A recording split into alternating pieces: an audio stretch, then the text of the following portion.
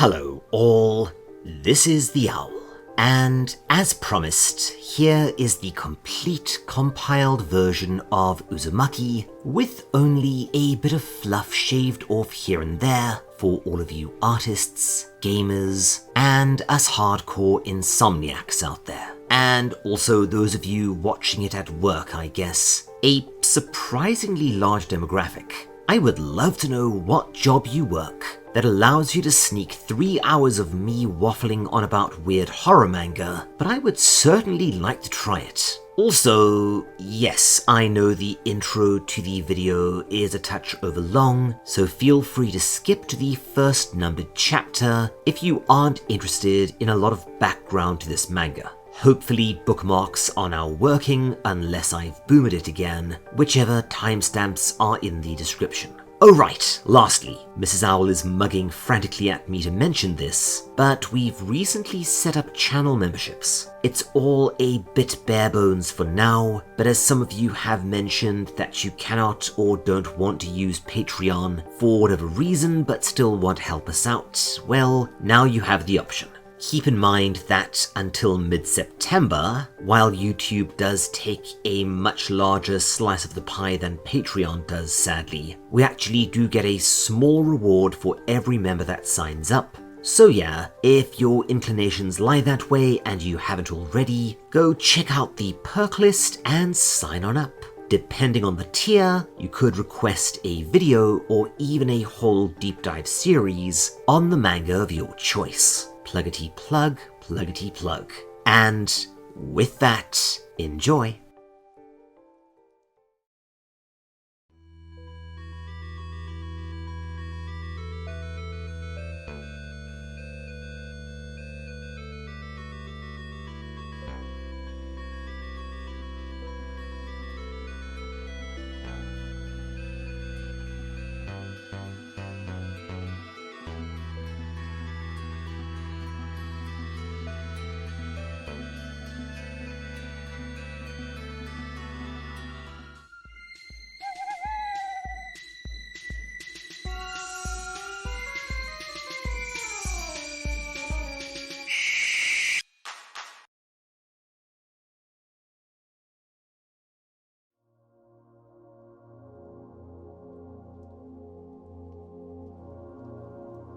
Hello all, this is the Owl, and at last, it is time. And this one, oh boy, let's just say March and April are going to be very interesting months over here on FrightRanker. As you requested, today we'll be starting a new deep dive series, one of maybe 6 manga that I keep getting requested to cover. And so, with the anime releasing later this year, and looking pretty damn interesting, it's high time that we took a look at what is likely the best known horror mangaka of all time's best known work, Junji Ito's magnum opus, Uzumaki. And where the hell do I even start with this one? Junji Ito. I've talked about this guy a fair bit before on this channel. Often referred to as the Stephen King of horror manga, and not just because he refers to King as one of his primary influences. Like King, Ito is prolific, having published literally hundreds of short or novella-length stories, as well as some longer series and pseudo-series like Tomie. And, well, how do I put this delicately to an audience that seems to absolutely adore the man? Well, as I've discussed at length in other videos, my own feelings about the works of Mr. Ito are complicated.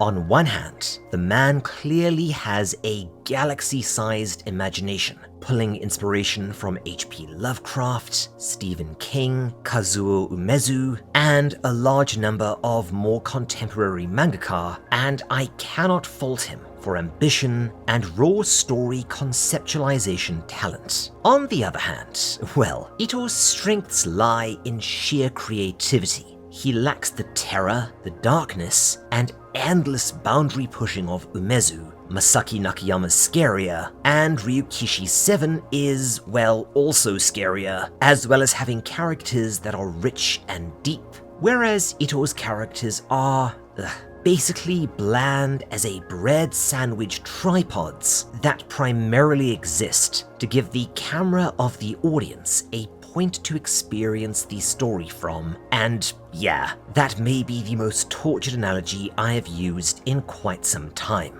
Nonetheless, I will credit him with drawing a ton of Western readers into horror manga, so Ito, you and I are cool. But I think you know this too. When you're good, you're bloody amazing. When you're bad, let's be honest here, you kind of suck. Okay, I will attempt to explain as we continue, because Uzumaki somehow represents both the things I like most about Ito and the things that I like the least. You know what? Let's just jump right on in. I hereby welcome you to a world where horror reigns supreme and common sense goes and hangs. Today, we will be starting out on Uzumaki. Enjoy.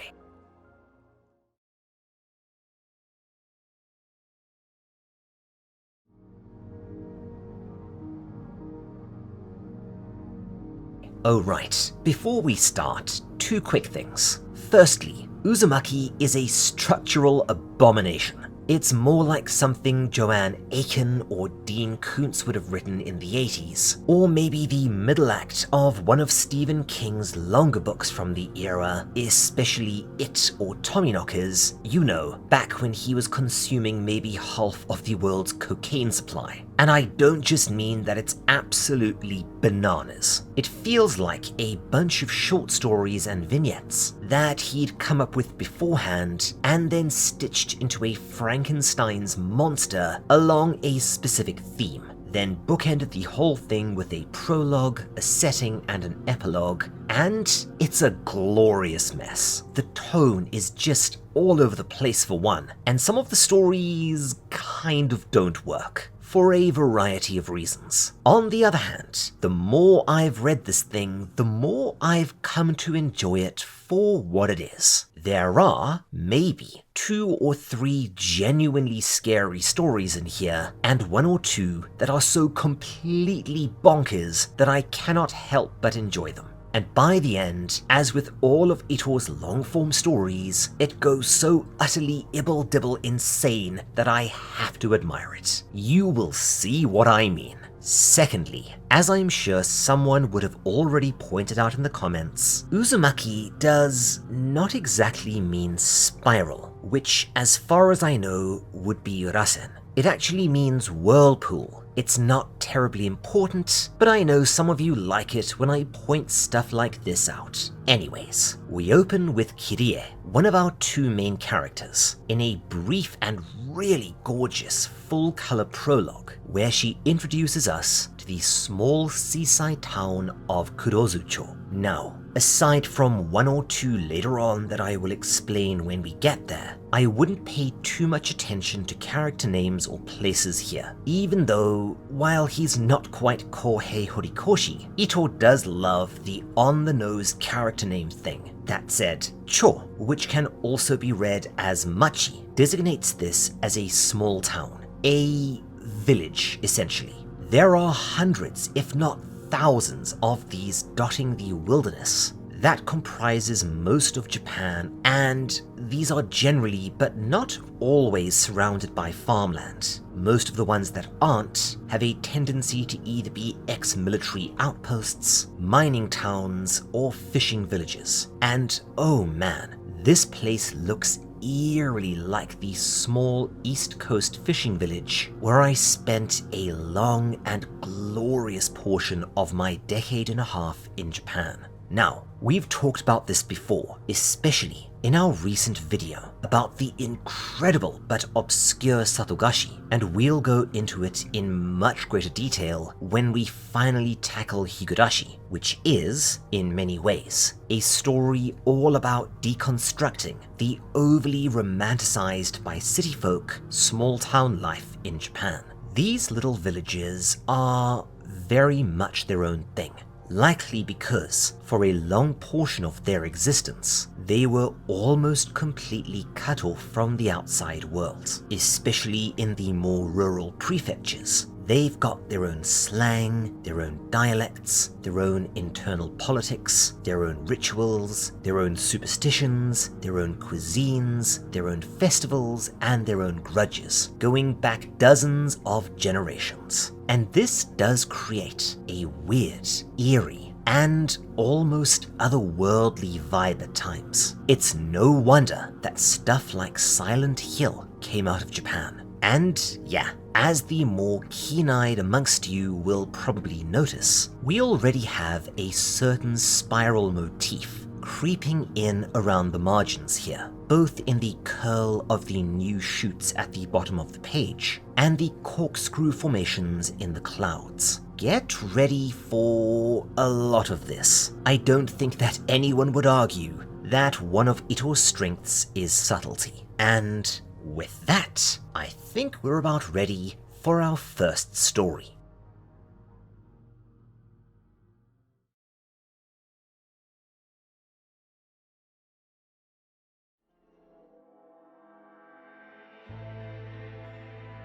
We continue following Kirie, who will be our narrator and the closest thing to a main character that we'll be getting. She's a high schooler that lives with her artisanal pottery-making father and the rest of her family.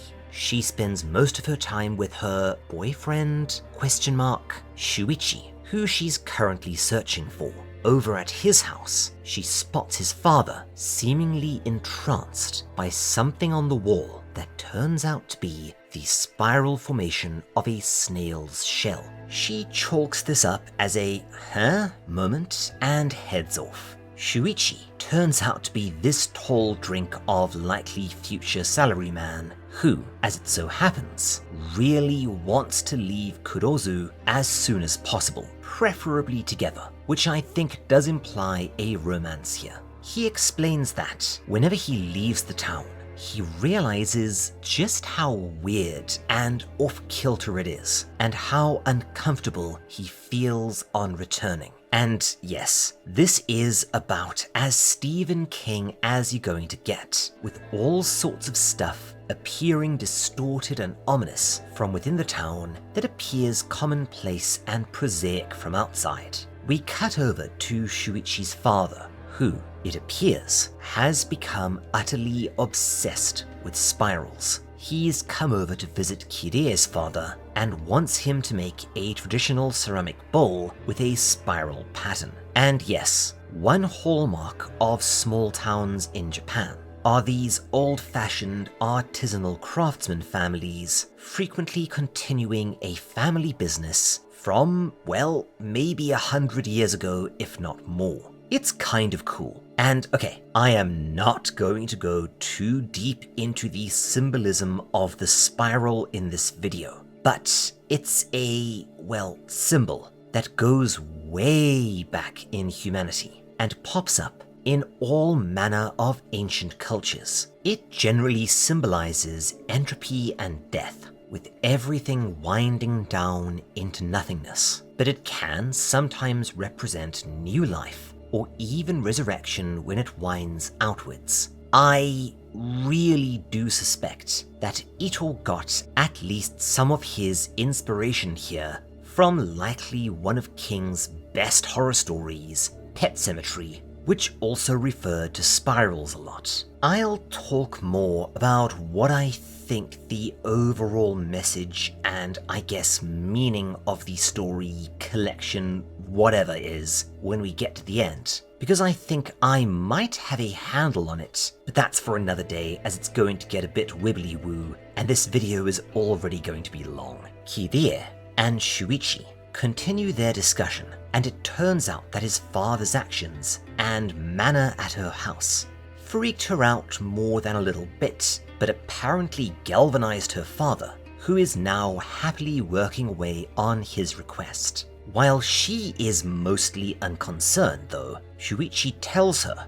how extreme his father's behavior has become, hoarding all sorts of junk, anything that is a spiral pattern, including tatty old kimonos, springs, mosquito coils, and shells. A horrible collection that he now spends most of his day with. Kirie wonders if his father is playing some sort of elaborate prank on them, but Shuichi is adamant and more than a little concerned, saying that he's even seen his father's eyes spinning around independently of each other, which I actually looked up.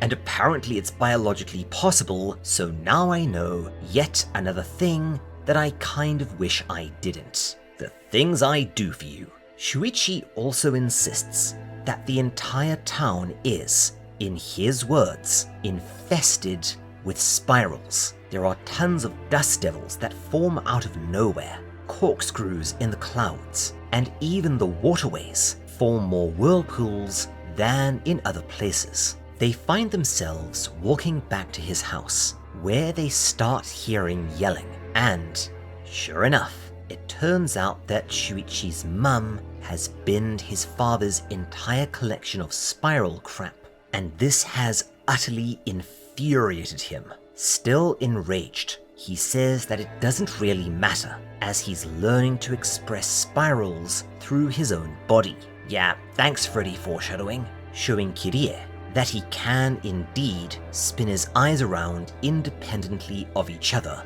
which makes her understandably uncomfortable. Yeah, one of the core motifs you'll see running through this story is interests giving way to obsessions, resulting in someone becoming trapped in said obsession, and this resulting in a breakdown of societal or family cohesion with disastrous and often utterly insane outcomes. Sometime later, Kirie goes to deliver her father's completed spiral bowl to Shuichi's dad, who surprisingly declines, saying that he doesn't need it anymore, as he can create spirals all by himself, demonstrating by sticking his tongue out to an absurd and frankly biologically impossible length. Yeah, no, that's nasty, causing Kirie to run away screaming.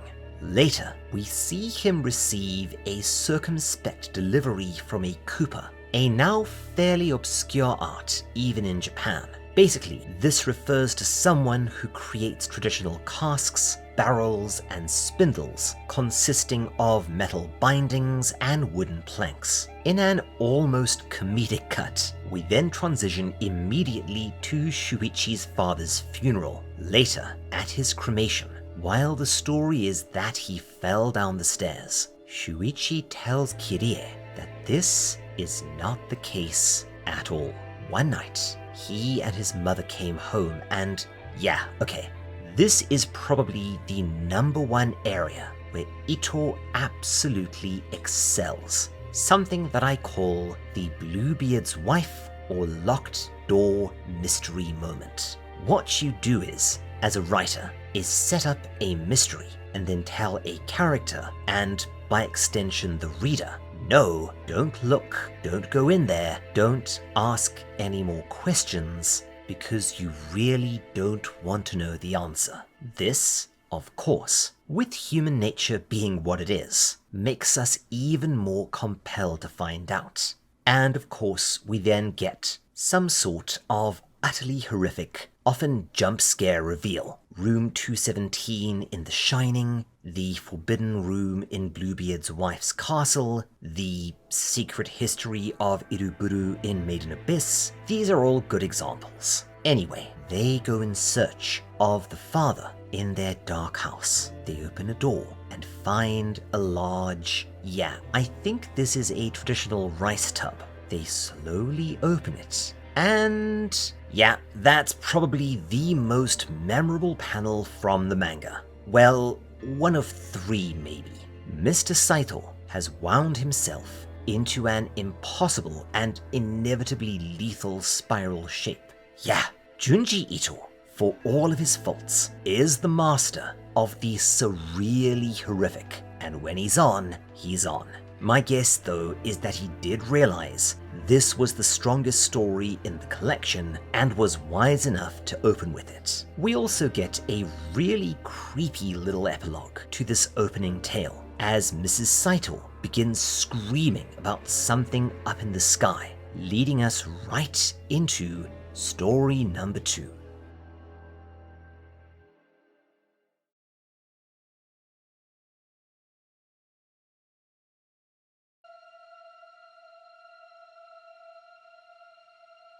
Now, before you ask, I'm not going to go into funeral customs and rites in Japan, as that's a whole other long story. Look into it yourselves if you're interested.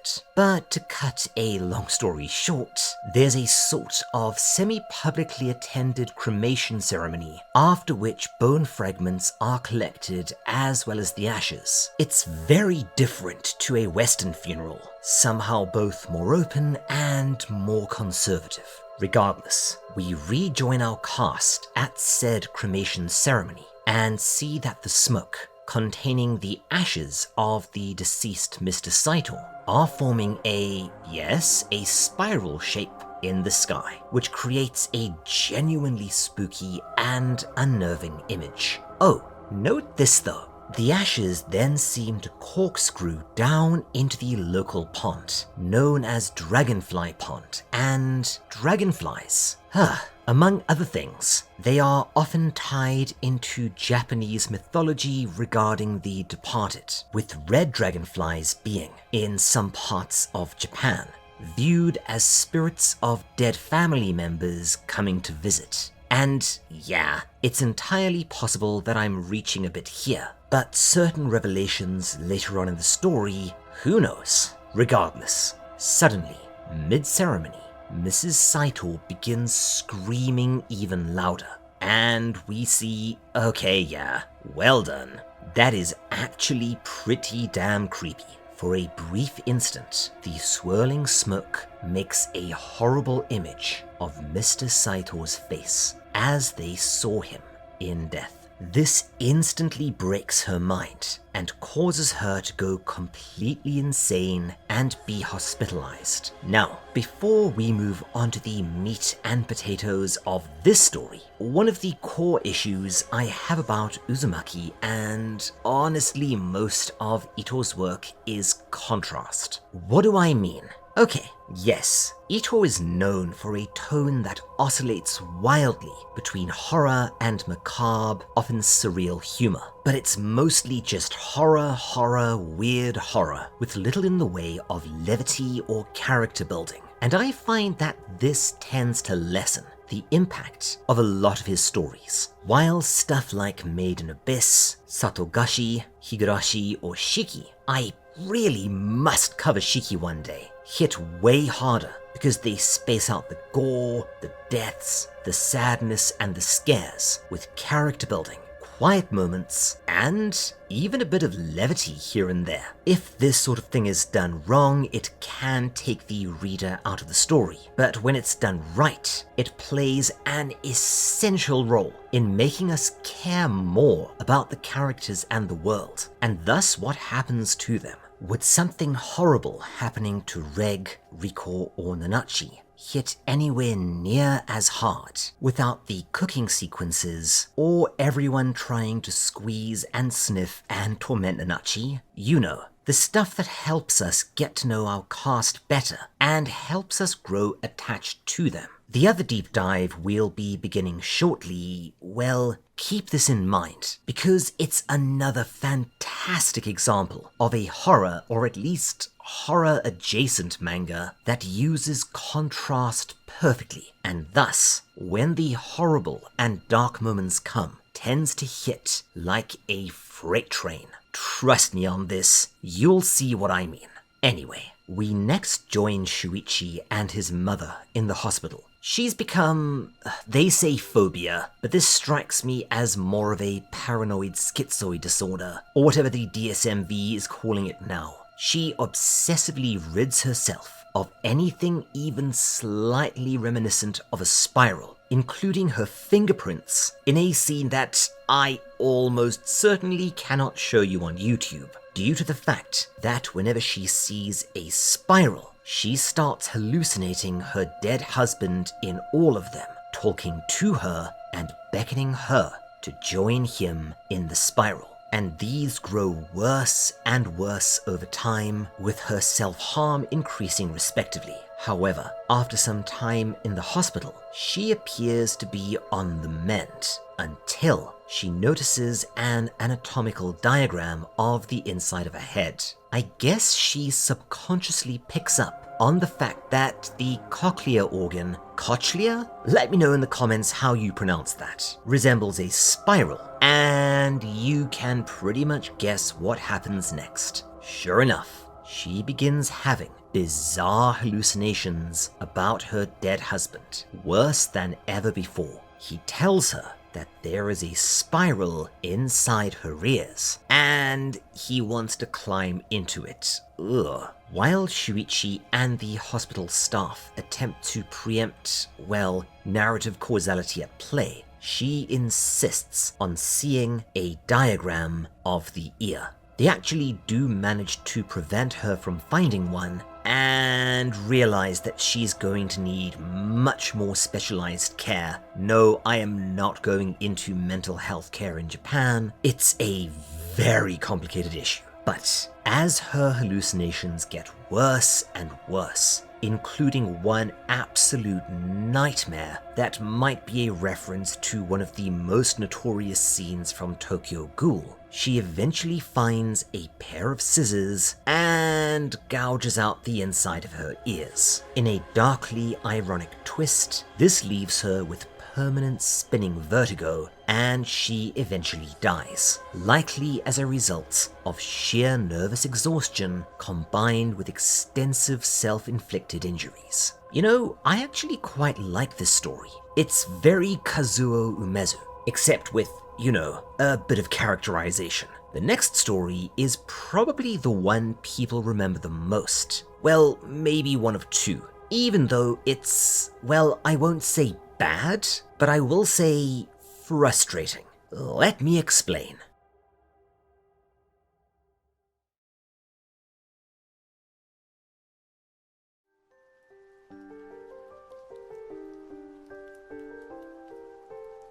See, one thing about Ito and his works is the fact that a lot of them come over as fairly obtuse social satire or critiques of elements of modern Japanese culture. From the enigma of Amigara faults being a pretty obvious metaphor for the destructive nature of conformity, to Hellstar Rumina being all about the nature of hereditary fame, it's not exactly subtle. However, a lot of people actually do ask Ito about this stuff directly, and he always responds by saying, "Oh no, it's just a story inspired by X random thing I saw on the street." And this suggests to me that either A, Ito has a weird ability to write stories that are overanalyzed or appear a lot deeper than they really are, let's call it the J.D. Salinger effect, hello comment section, resulting in people reading way too much into things, or B, Junji Ito is taking a petrol tanker-sized amount of piss, Akihito Tsukushi style. And as he does seem like a fairly intelligent and insightful man, and as both King and Umezu, his two greatest influences, also create stories that are pretty overt social commentaries at times, I have to suspect that it's the latter. Not that I mind manga with a bit of social commentary to them, but there's a fine line between being surreal and vaguely obtuse, as we talked about a bit back with Bibliomania, a story that did this sort of thing right, and being straight up pretentious. While not all of Junji Ito's stories fall into this domain, rather a lot at least toe the line. And this next story is one of these for sure. The Scar begins with the introduction of one of Kirie's friends, Azami Kurotani. Azami is extraordinarily beautiful, but also really vain and standoffish, relishing in the attention she gets from boys, but also taking pleasure in giving them the cold shoulder. And this leads to your standard high school gossip, with people calling her an ice queen, and I'll guess worse, high school being what it is, accusing her of using some sort of magic power to seduce boys, presumably their boyfriends or boys they're into obsessing over her and then rejecting them. According to Mrs. Owl, this is a personality that a lot of women have encountered somewhere in their lives, but especially high school. Sort of universal, I guess. Did you have an Azami Kurotani in your class growing up? If so, does this story maybe strike home more for you than it does for me? Let me know in the comments. Sure enough, Kirie asks Azami about the rumors, and she laughs, pointing to a moon-shaped scar on her forehead, which she got while trying to impress a boy, and saying that, well, maybe it's just brought her good luck in relationships. Later, when Kirie goes to meet with Shuichi, Azami, jokingly, but kind of forcefully, demands to meet him.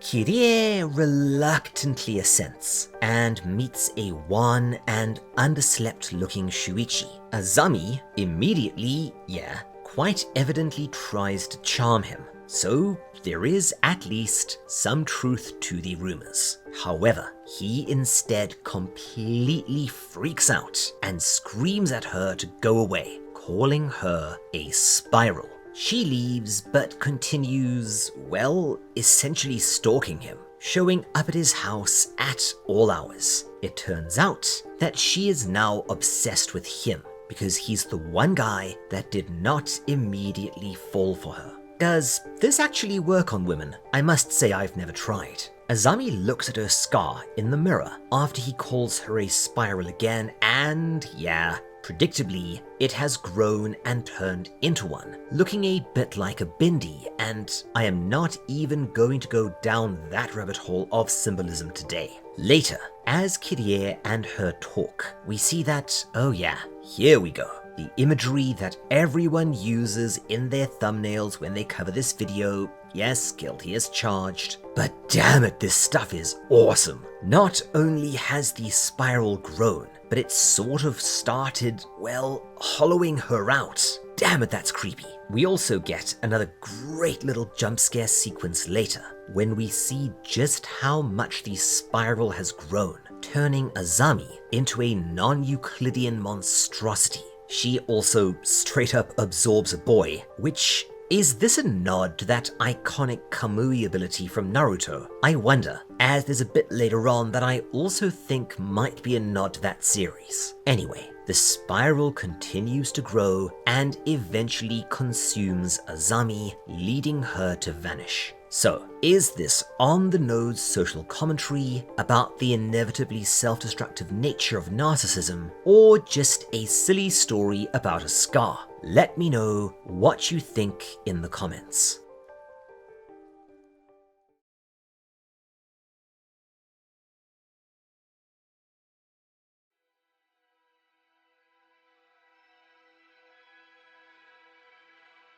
The next story, The Firing Effect, is the first one that I'm honestly really meh on. It has a very cool, almost EC Comics-like feel to it, but you'll see. We get a reminder that the cremation smoke always seems to curl down over the pond near Kirie's house. We then cut to her father as he tends his ceramics kiln, but he appears to be hiding something. Later, we see that his pottery has started to become weird and distorted. He refers to it as art, but everyone else is kind of creeped out by it and does not want to buy it. I bet you can't guess what shapes are prominent in this new pottery. Hexagons? Icosahedrons? No, of course it's spirals. Worse yet, if you look closely, there are actually horrible faces in the pottery too.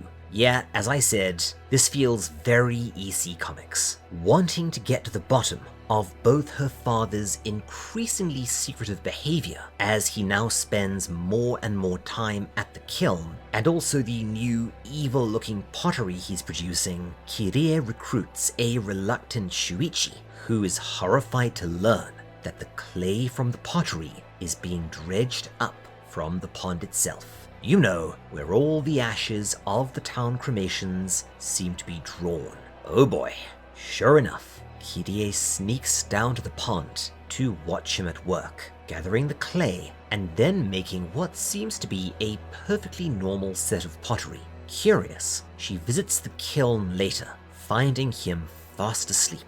She peers through the tiny windows into the kiln itself, giving us, well, one of Ito's famous "holy crap, what the hell is going on here" panels. Yup, that pottery is haunted, as it's made out of dead people, and the fires of the kiln are tormenting their souls. And this is what creates the distortions. I have no idea what this story is trying to say. There might be some Buddhism baked into it, but nope. As always, let me know in the comments. Shuichi eventually breaks the kiln itself, freeing the souls but burning the shed to the ground. However, Kirie's father is left obsessed and mildly unhinged. It appears that whatever madness possessed Shuichi's father may very well be catching. This next story is also pretty meh, and is the first one that feels like a story Ito already had conceptually and then squashed it into Uzumaki to bulk things out. But it does,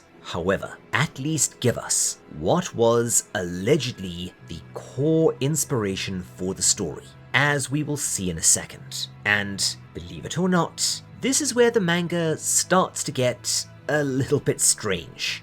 What do I mean? Well, this one is going to take a bit of explaining.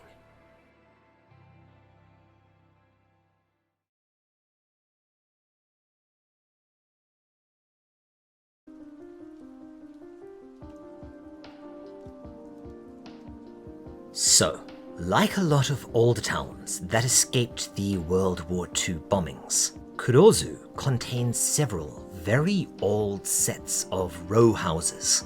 And this is a term you're likely not familiar with. See, housing, accommodations, and living conditions in Japan are sort of their own thing. If you come from a wealthy family, you may, at some point, inherit a rather nice house if you're the eldest child, although there's a strong likelihood that you will also inherit some awkward elderly relatives to take care of in it too. And as someone who knew quite a few people in Japan, this is no treat. If you're wealthy yourself, you could always purchase or build a house, although this is easier said than done, as land in Japan is a whole other thing, with it frequently being tied up in familial titles and plots going back hundreds of years, and the government being loath to interfere in these situations. However, if you are innovative right now, you could also buy an abandoned house in the country and try to renovate it, which if I was still living in Japan would be what I would do, but this has only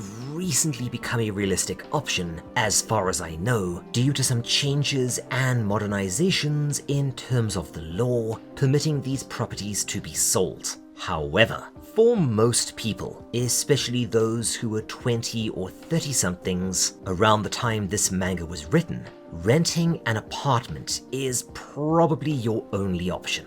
And this is where things get interesting. See, these apartment blocks are bizarrely and incredibly ubiquitous, which I've always wondered if it's due to them being prefabs in some form set up after the war, but I cannot find any real details on this, aside from my own observations and speculations around this topic. What I mean by this is, you could be staying in an apartment in Aomori, then drive all the way down to Kyoto and find the exact same building, It is eerie sometimes when you walk past a block of flats hundreds of kilometers from your own town and realize that they are identical to yours, down to the orientation of the parking spaces, the paint color, and the font on the apartment numbers. These tend to be 1K or similar, which essentially means that it's a single room partitioned off with sliding paper doors into a kitchen, a bathroom, a small lounge, and a small tatami mat-floored sleeping room.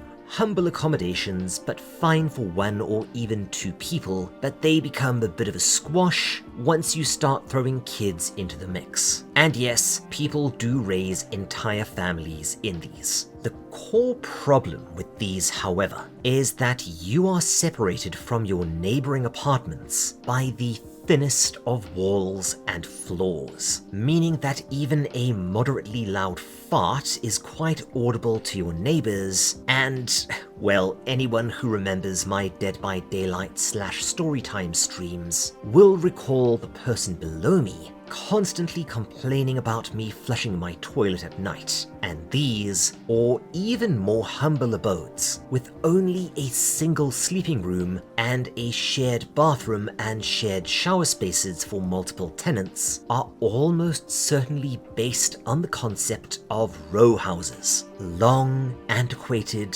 semi-communal single-room dwellings for those without houses or the money for more impressive lodgings. These were notorious for being uncomfortable at best and pestilential at worst, but they were very cheap. And while actual row houses have fallen out of style in modern times, you can still very much find them for rent in the deep country. And another teacher I knew up in Hokkaido about a decade ago was placed in a town where he had to live in a row house for almost a year until he straight up threatened to quit. One of the reasons being that this involved him showering at a local onsen every morning and having to share a toilet space, which was little more than a hole in the ground with a plank over it and a shack built around the plank with about 5 other people. It's not common though, and even more interestingly, apparently, the whole idea for Uzumaki came from Ito observing and learning about these ancient row houses. And we will see more of this a lot later on in the story.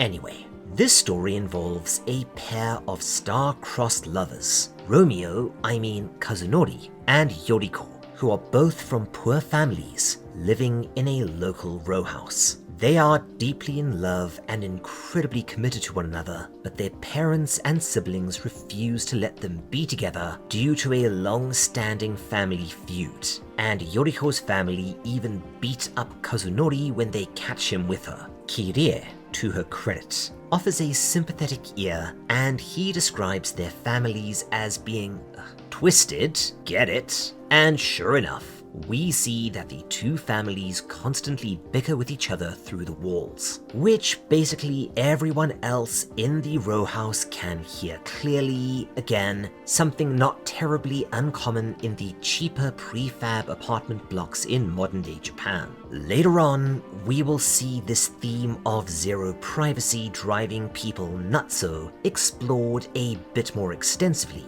But for now, somewhat predictably, the arguments escalate and escalate to the point that they are screaming at each other, which visibly traumatizes their kids. Later, Shuichi explains to Kirie that this is because the spiral of their town has cursed the house and twisted the souls of those who live within it. He also says that the row houses are a key part to whatever curse or weirdness lies over Kurozu, and that everyone living in them is almost certainly doomed. Well, aren't you a happy Kathy?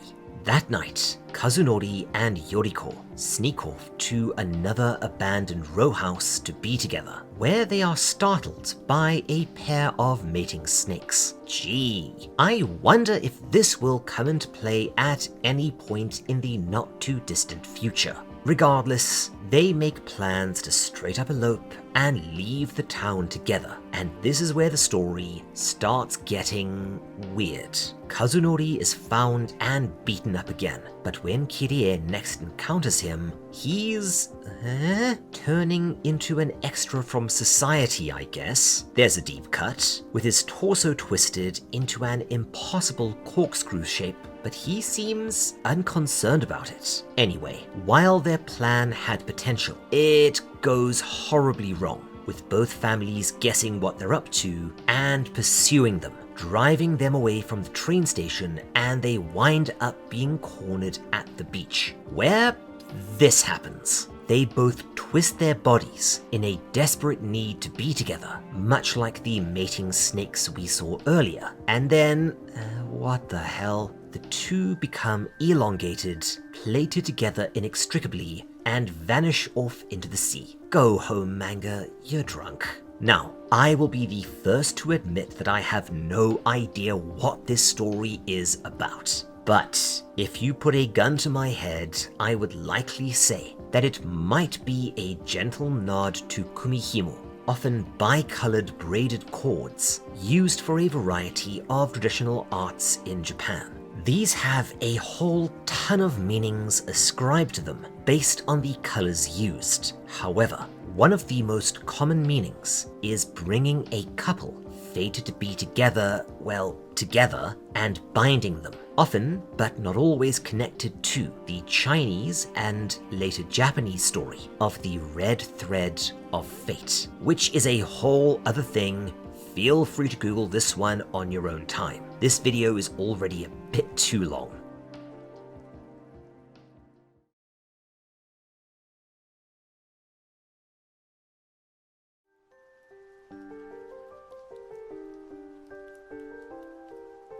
The next story here, and our last for today, is Medusa, and it's probably the story in Uzumaki with the most obvious societal symbolism in it. You'll see what I mean in just a bit. Naturally, Ito would likely deny it, but as I've said before, I really do suspect that he enjoys gently winding people up with this stuff. Anyway, we open with a short anecdote about a student who died falling from a roof in a really stupid stunt for attention. Kirie, however, notes that somehow, even in death, he seems to be okay with this outcome. Sort of a, he died doing what he loved, I guess. Keep this in mind for later. Kirie is talking with one of her friends, another strikingly pretty girl, who admits that she too craves attention. And okay, before we go any further, I think I need to explain a few things about high school in Japan and, well, hair, because it's just so odd. See, schools in Japan run the gamut on this, with some schools being a bit more lenient and others being a bit less forgiving. But as a whole, they are typically extremely strict when it comes to the hair of their students. Not only are hairstyles heavily restricted, but hair is typically mandated to be black and straight. And if this sounds like it's no big deal, trust me, when they say black and straight, they mean black and straight. And this has, over time, led to a few notorious and mildly hilarious recorded incidents of schools literally going around from student to student with a color swatch and forcing kids who happen to have even naturally slightly lighter hair to go home and dye it black. I am not kidding. This tends to result in, well, teens being teens, not only quite thoroughly rebelling once they're out of school, and going for all sorts of wacky colours and styles, some of which would even put us punks of yesteryear to shame, but also trying to find ways around the rules at school in ways that won't be noticed by teachers or that won't be called out. You know, sneaking in slight perms, for instance, or gradually over the period of weeks or even months making their hair lighter and lighter, in an attempt to stand out from the almost mandatory homogeneity and conformity of the Japanese classroom. And if you're wondering about this, yes, there have been a few very well publicized incidents over the years where mixed race or foreign-born students were forced to dye or even straighten their natural hair to conform to these school rules. Once again, this was kind of rare,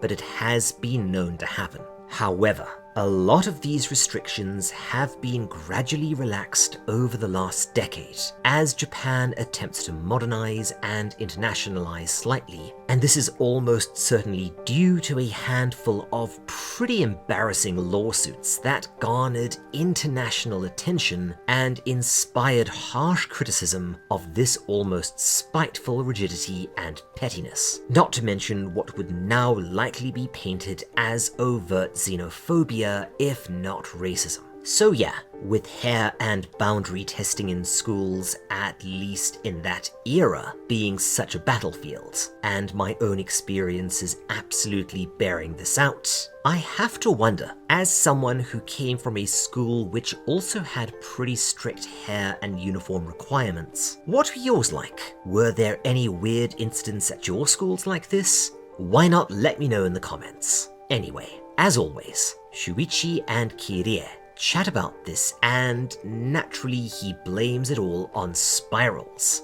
This time, connecting attention-seeking with mesmerism. Yeah, I think you're reaching here, mate, even more than I do with my cultural or mythology links sometimes. As if on cue though, Kirie realizes that her hair has grown, and it's starting to get her attention. Her friend points out that not only has it grown, it's curly. And not only is it curly and continuing to grow, but it resists being styled or cut even slightly more modestly, revealing that it literally has a mind of its own now. It's constantly growing, constantly forming more and more ridiculous and elaborate styles, and sure enough, basically going VVVVVVV and mesmerizing everyone who sees it and attacking anyone that attempts to cut it, making Kirie look like, oh, what was that inhuman called again? This gets more and more out of control. The hair gets ever bigger and more ridiculous and seeks larger and larger crowds to display itself to. Kirie's friend, thinking that this is somehow a deliberate attempt to upstage her, takes this as an overt challenge, leading to this.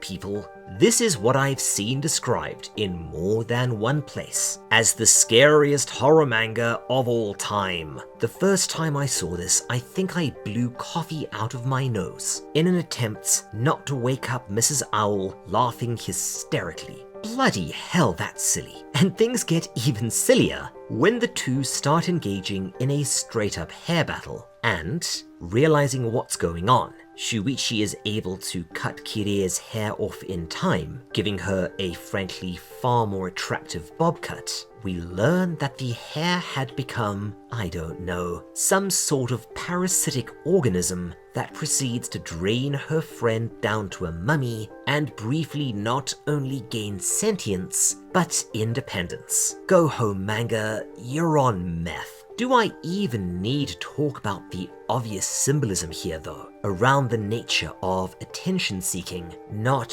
only how it can become self-destructive and all-consuming, but how people can, over time, become overshadowed by their own overcooked fashion and hair choices. You know, I wonder if people have actually written journaled academic papers about this manga. Yeah, no, we do not live in a serious world, people.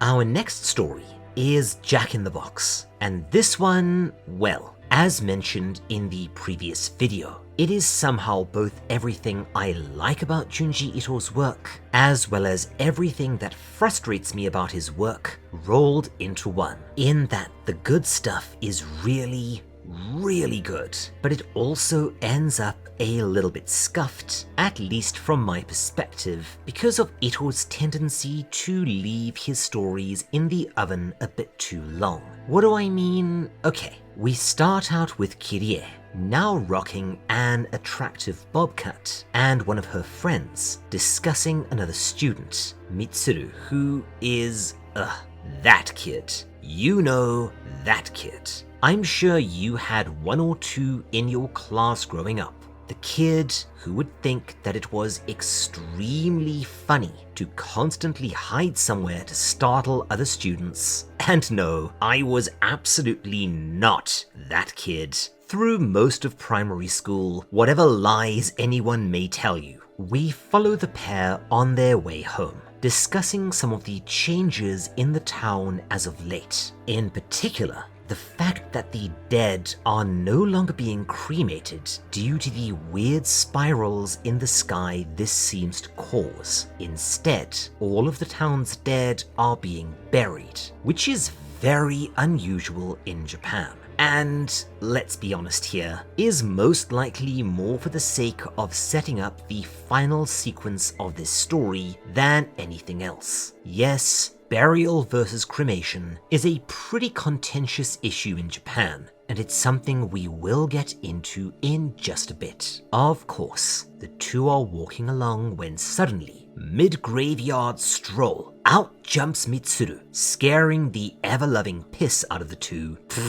No, that's in no way funny. But we do get more confirmation that Kirie and Shuichi are indeed a couple, as Mitsuru reveals that he's jealous, and that he wants a cute girl like Kirie, naturally for the sake of surprising others. I think that the Japanese word here is bikuri, which would be somewhere between startling and surprising, but I'm not sure. It's kind of a hard word to translate. Regardless, we then get confirmation that, yeah, this is all kind of a rather gross attempt to force Kirie to like him, or I guess, if she will not like him, to extract negative attention from her as opposed to zero attention. Yeah, dude, nobody likes this sort of behavior, and it's the sort of thing you really should have outgrown in elementary school, to use the American term.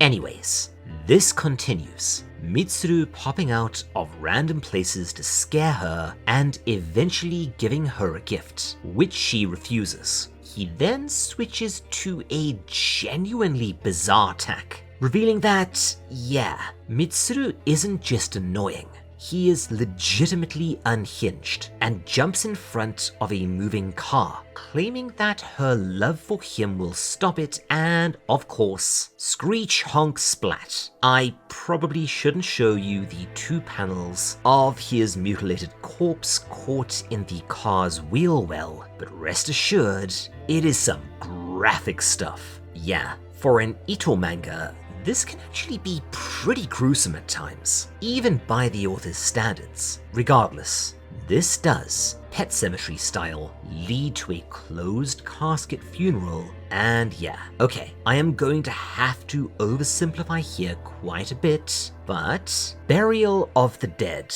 versus cremation in Japan is extremely complicated, and it ties both into the odd Japanese religion, a vaguely uncomfortable fusion of Shinto practices and Buddhism that was supposed to be an enforced state religion, Google it if you want to know more, as well as social class, the very complex and arcane way that land ownership and designation is handled in Japan, and also, I guess now, the increasing number of religious minority individuals living there. To my understanding, traditionally speaking, and we're talking hundreds of years ago, most folks were buried with for the most part, only the wealthy or noble being cremated and enshrined. But the extremely wealthy or the extremely noble, such as the emperor, were also buried, albeit in a far more elaborate manner.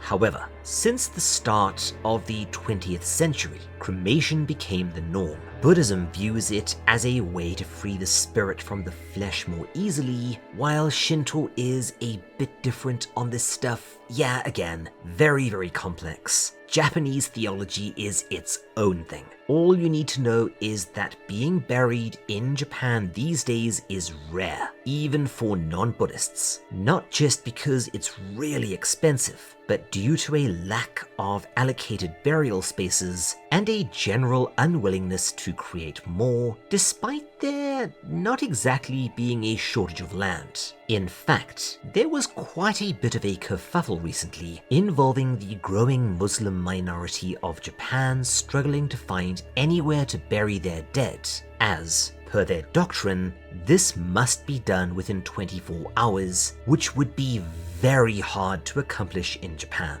Again, as always, free to look into this yourselves more. It's way more interesting and complicated than I can do justice in these silly little horror manga videos. Anyways, sometime later, Kirie is feeling a bit bad at home and thus opens her present. Surprise! It's a jack-in-the-box. That's actually sort of sweet in a really unhealthy way. However, later that night, Kirie hears a crumbling voice behind her while talking to Shuichi on the phone. She turns around and sees that it's this. The jack-in-the-box, but now with an awful face. The genuinely creepy looking thing blames her for Mitsuru's death and tells her that he will be coming back for her later on. This is all wonderfully spooky. Again, Ito at his best has a great vintage EC Comics feel. And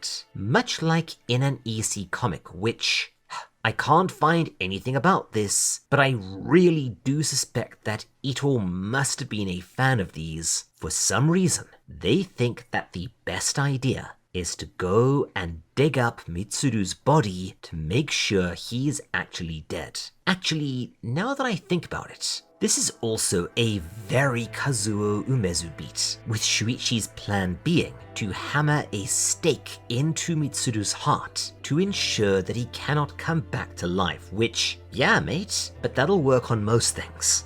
They dig up the coffin, gagging at the putrid stink, and as they prepare to open it, the little trap door for the face. Yeah, Japanese coffins are built like this, even the ones for cremation, and for the life of me, I cannot figure out why. All I can find is a truly odd story. See, the coffin is filled with dry ice to stop the unembalmed corpse from stinking as people come to view it before the cremation. And this has led to an epidemic of people leaning over too close, getting a lung full of dry ice fumes, and straight up blacking out on top of the corpse. The things I learn making these videos. But regardless, it suddenly springs open. And narrative causality, what do you think happens next? Yup, Mitsuru's rotting, stitched together face pops out, and worse yet, starts making noises at them while something starts hammering on the coffin from the inside. Bloody hell,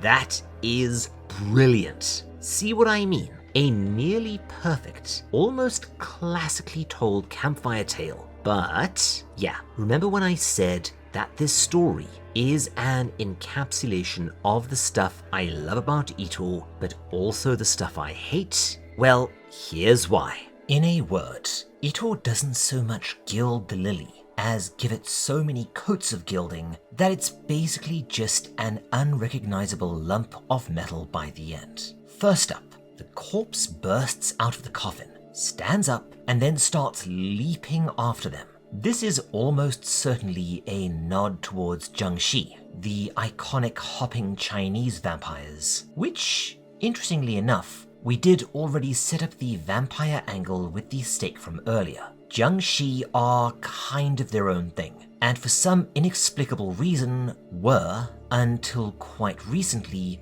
really popular in Japan, with a large number of Jiangshi movies being made. In a nutshell, if a relative died and was buried outside of your hometown, your family could hire a necromancer to reanimate the corpse and lead it home. But if the paper seal was removed from its face, it would go on a rampage. These vampires can also be created by a pregnant cat jumping over your coffin, as well as some other means. However, due to rigor mortis, the corpse can only hop around. And again, you've probably seen this referenced in a ton of Japanese media, for instance, an iconic character from the Darkstalkers series. Regardless, in another series of panels that I probably can't show you on YouTube, the rotting, stitched together corpse continues bounding after them, breaking apart as it goes, spilling guts and organs and dropping limbs, until it's basically just a bouncing torso. And we do get the revelation that its spine has become a powerful spring. What are we doing? Mitsuru has turned into a literal jack-in-the-box. Only, as it so happens, this was all due to a shock absorber from the car becoming wedged into the corpse during the accident, which, yes, gives us our spiral motif yet again. But how did nobody spot that? This is what I mean. Had the story ended with the corpse popping up through the trapdoor, and we later learn about the spring, we would retain the spiral and jack-in-the-box theme, and the story would have been kept really simple and really creepy. However, the entire bouncing corpse chase was so frigging comical that it kind of detracts, especially since I had a pounding dubstep song in the background while I was reading the sequence that just made it really funny. So yeah, a pretty good story all told, just scuffed.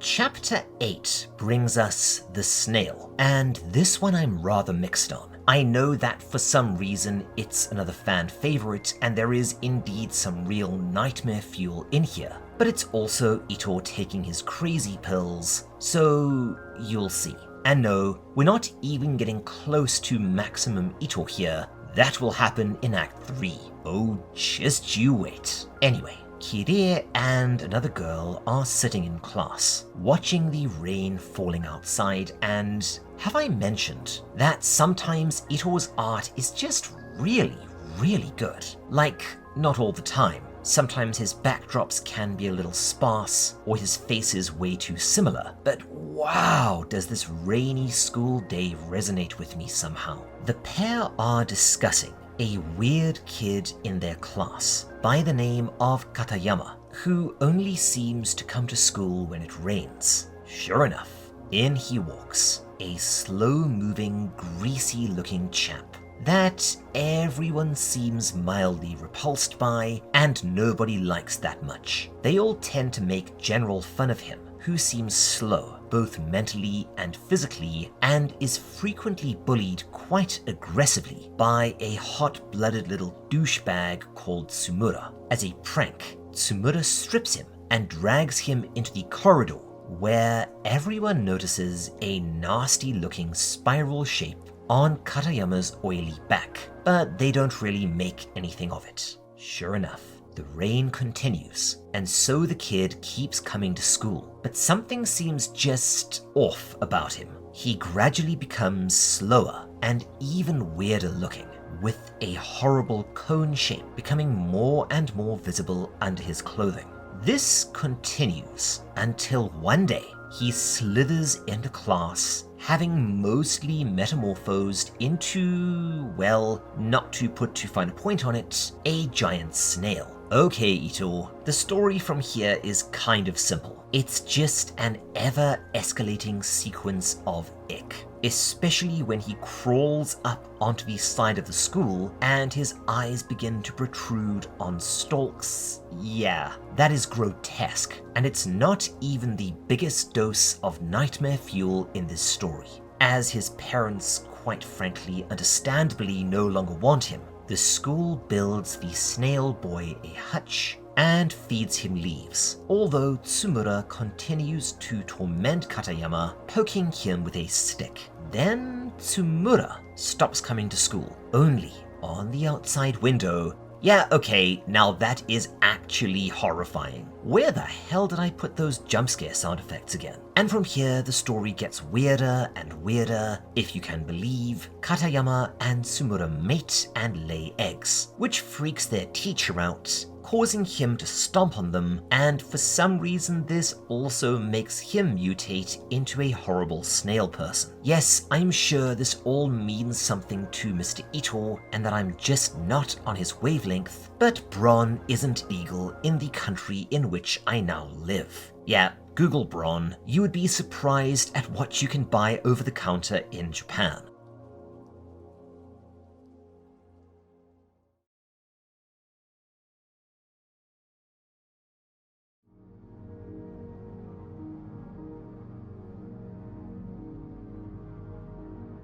Our next story, The Black Lighthouse, is actually one I really dig, although, like so much else in Uzumaki, it's a very strange one. It's also rather Lovecraftian. You'll see what I mean. So, leading into this, lighthouses are one of those things that a lot of folks are superstitious about, both in and outside of Japan, due to the vaguely unearthly feeling these structures seem to possess, and likely due to their place in maritime history. Japanese superstitions around lighthouses range from them having the ability to cause relationships to be doomed, to the notorious Motojima Lighthouse near Hiroshima, one of the most allegedly haunted places in the region, and what I sort of suspect might have inspired this story, at least partially. No, I can't talk too much about Motojima because of the reason it's so notorious, and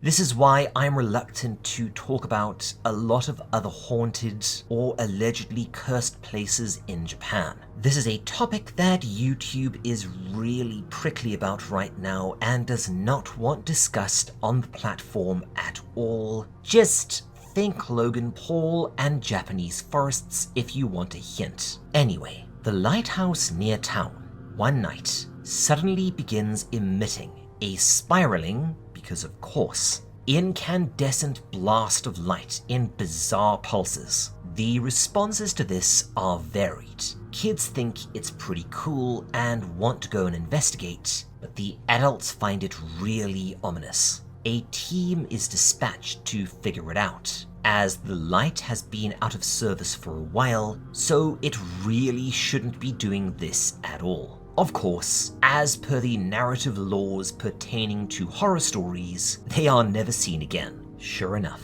night after night, the lighthouse continues to emit those baleful, twisting blasts of light, which not only seem to hypnotize residents, but cause them to act strangely in daylight hours too, wandering around in tiny circles without realizing it, an epidemic that continues to spread. Kirie's little brother, on the other hand, finds the lighthouse absolutely fascinating, and thus, along with his friends, decides that he wants to go in and investigate. They rush in with Kirie in hot pursuit, up the winding spiral staircase, finding more spirals somehow burned into the rock. At the very top she finds, a bunch of charred corpses, the remains of the team sent to investigate the lighthouse. Shortly after, she finds two of the boys huddled in fear and sends them downstairs to safety, but realizes that her brother went up higher, so she heads up herself. At the very pinnacle, she finds him and another boy looking in fear at... What the hell? Okay, so if you've watched The Lighthouse, Yes, that amazing and amazingly bonkers surrealist horror film by Robert Eggers. You might know what this is, but for everyone else, well, firstly, go watch The Lighthouse, it is bloody amazing, and secondly, this is something that, at least likely, was once a Fresnel lens. A revolutionary invention designed to distribute and project a bright light over a wide and controlled area, and these things paved the way for optical or luminal technology later on, such as headlamps on cars,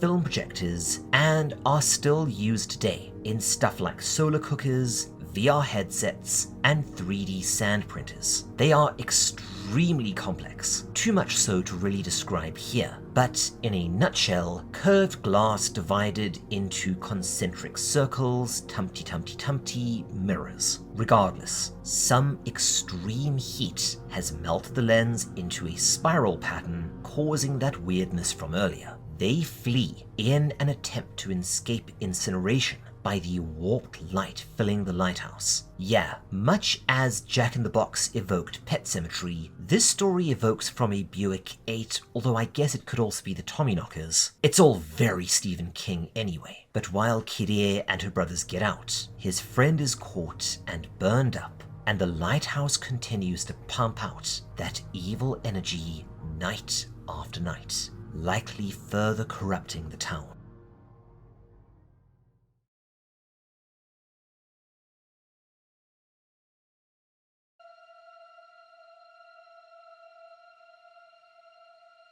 This next story is a two-parter, and thus probably the longest within the pseudo-anthology. And it's also probably the one that is going to need the most censoring. You will see why, because wow, is this one grim, and by the end, turns into probably the second most gross-out, squicktastic story Junji Ito has ever written. Mosquitos starts with Kyrie stuck in the hospital after being quite badly burned in the lighthouse segment, and at the same time, the town seems to be becoming infested with mosquitoes. So yeah, Japan, especially coastal Japan, has huge problems with those bloody things. You might not know this, but Japanese mosquitoes are a bit different to what you'd find in, say, America or the UK somehow. They're more like the big, nasty black and white buggers we get in Africa. They can carry disease and come in huge swarms in the late summer and mid-autumn.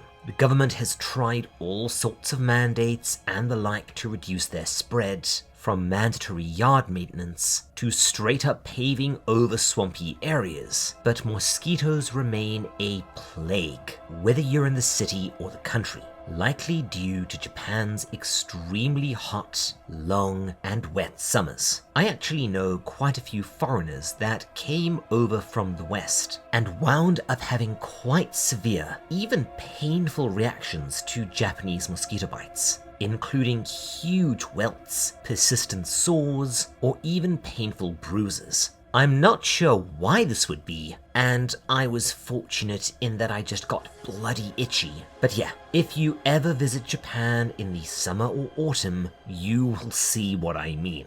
And don't even get me started on other Japanese creepy crawlies, especially frigging Jorogumo, which have apparently begun to invade the US. Yeah, you all have fun with those things. Anyway, these mosquitoes fly in spiral shapes, which, contrary to most mosquitoes I've encountered in my life, actually put you to sleep rather than the exact opposite, and they then feed on you while you drowse. Her friend comes in and gets her, and they remark on the sheer number of the things around, and also that they've seen them flying in twisting, spiraling columns. We learn that, actually, the mosquitoes are so damn prolific that year that some people have actually become quite ill from exsanguination. For some reason, pregnant women in particular are being targeted, including Kirie's cousin Keiko, who is going to be a big part of this story. Kirie helps her cousin unpack and finds a very strange item in her luggage, wrapped tightly in a towel. Huh? Then bodies begin to be found, drained of blood, except that these are covered with small holes. All while Keiko tells Kirie that she's started to feel better. I wonder what could be going on. Seriously, is it just me, or is there a lot of vampire stuff in this manga? Shuichi comes to visit, and is his usual cheerful self, telling Kirie to check out as soon as she can, as there is something very badly wrong about this hospital and her pregnant cousin specifically, after they are told to share a room. This annoys her a bit, but before Shuichi can elaborate, he is startled by an especially big and especially loud mosquito. In more extremely subtle foreshadowing, Shuichi sprays the mozzie with bug spray, telling Kirie, right, that only female mosquitoes bite, and then only when they are pregnant with eggs. Of course, while Kirie and the nurse seem mostly irritated, Keiko has an extremely bad reaction to the spray. And I will say this right now. If you think you know where this story is going, you have either read this manga or are probably wrong. Because this is the first nearly maximum Junji Ito story in this manga, meaning that Bananas doesn't even start to cover it. That night, Kirie is woken by a loud and unpleasant whine from outside her room. She peers out to see all the pregnant women from the maternity ward walking in unison, all in an eerie trance, and all emitting that hum. Oh right, they're carrying... okay, I don't even know if they make these anymore. And I, quite frankly, had to ask my father what these things are called, but apparently they are called carpenter's drills. Oh crap. Yeah, that was the thing wrapped in the towel in Keiko's luggage. Also, those things are kind of rare. Wouldn't a small knife have sufficed? Yes, mosquito allegory. I'll stop. I cannot believe I actually wrote this into the script. Poking holes. But yeah, sure enough, they are drilling holes into the other patients and drinking their blood. And they can also hypnotize people now with their fingers. Wah. Anyways, this prompts a massacre, and they spot Kirie watching and need to silence her, which causes her to flee. But just in time, she remembers the bug spray, and this causes the vampires to flee themselves, and we get a brief epilogue to part 1, telling us that, the husbands of the woman covered it up. Okay? It appears that they are back to normal, and that the reason they were drinking blood was to feed their unborn babies. Is the implication that they were infected by mosquitoes? Yeah, I have no bloody idea. I know that there are some superstitions about spider bites on pregnant women, but I must say I cannot find anything about mozzies. Regardless, don't worry, we are going to get to the weird and disgustingly nasty stuff.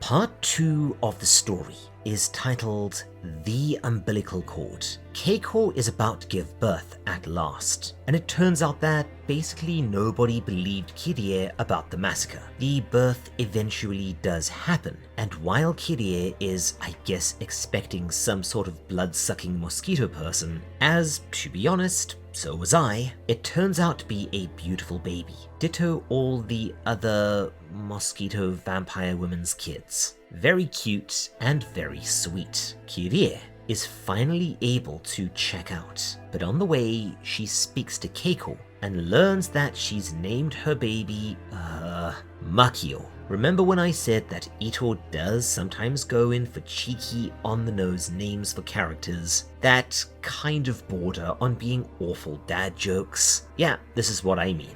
Maki means to wrap or roll something, but it can also be used for things that whirl or, well, spiral. For instance, Tatsumaki means tornado. However, after Kirie notices that the babies have huge stomachs all of a sudden, they begin to howl in unison, creating a horrible, piercing sound that immediately starts to drive her insane. And holy crap, yes, I resemble this remark. That sound, man. You know, I'm really starting to wonder if these two stories are Ito working through some of his own anxieties in regards to becoming a father. Once again, I do not disagree. Believe it or not, the sound of babies crying has such a distinct neurological effect on people, especially men, that it is used to torture-proof Navy SEALs. No, I am not kidding. Regardless, the noise drives Kirie to flee, and she falls down a flight of stairs, becoming quite badly injured. Well, at least she was already at the hospital. Anyway, Kirie is forced to stay longer and is surprised to see that dinner includes, in addition to your standard Japanese fare, I can promise you one of those bowls is rice and one of them is miso soup, for instance, is a large plate of vaguely odd looking mushrooms. Mushrooms that taste and have the texture of something closer to meat. And if your brain works the same way mine does, well, firstly, you have my sincere sympathies, and secondly, you might have already guessed part of the twist here and just threw up inside your own stomach. Kirie notes that the mushrooms became a common ingredient in the hospital food, but wisely decides not to partake, despite the staff calling her fussy, which, especially at the time, would have been kind of a big diss. See, turn of the millennium Japan saw a big push towards what would rapidly become referred to as mottainai thinking. Essentially, the movement involved minimizing waste of all kinds, but particularly food, water, power, and fuel. The austere image of the Japanese salaryman or housewife grows quite extensively out of this. The term itself doesn't translate perfectly, but it probably ends up pretty close to "oh, what a waste," and is still commonly said to people who either don't want to eat part of a meal served to them, or, worse yet, throws out food. Regardless, the mushrooms seem to be a big hit with everyone that isn't Kirie, with people getting pretty weird about them, to be honest. Kirie, in a bit of a funk herself, walks past the incubators and here we go. This is where the story takes a turn for the Ito, by which I mean it goes bug nuts, off the rails, insane. She overhears the babies talking about how they miss being in the womb and wanting to go back in, saying that Dr. Kawamoto, the dude who's feeding people those mushrooms, oh dear, will oblige them. Oh hell. And this is where we start getting not just weird, but gross. Really, really gross. You know what? After rereading this script, what follows is so ridiculously, so insanely disgusting, both in terms of the cultural context this will require and the actual narrative beats coming, that if you have any sort of delicate stomach, please just skip this entire next section. Go right on to the next story, which is The Storm. Yes, even telling you why I am saying this in more detail will be TMI. Trust me on it this once, okay? Okay.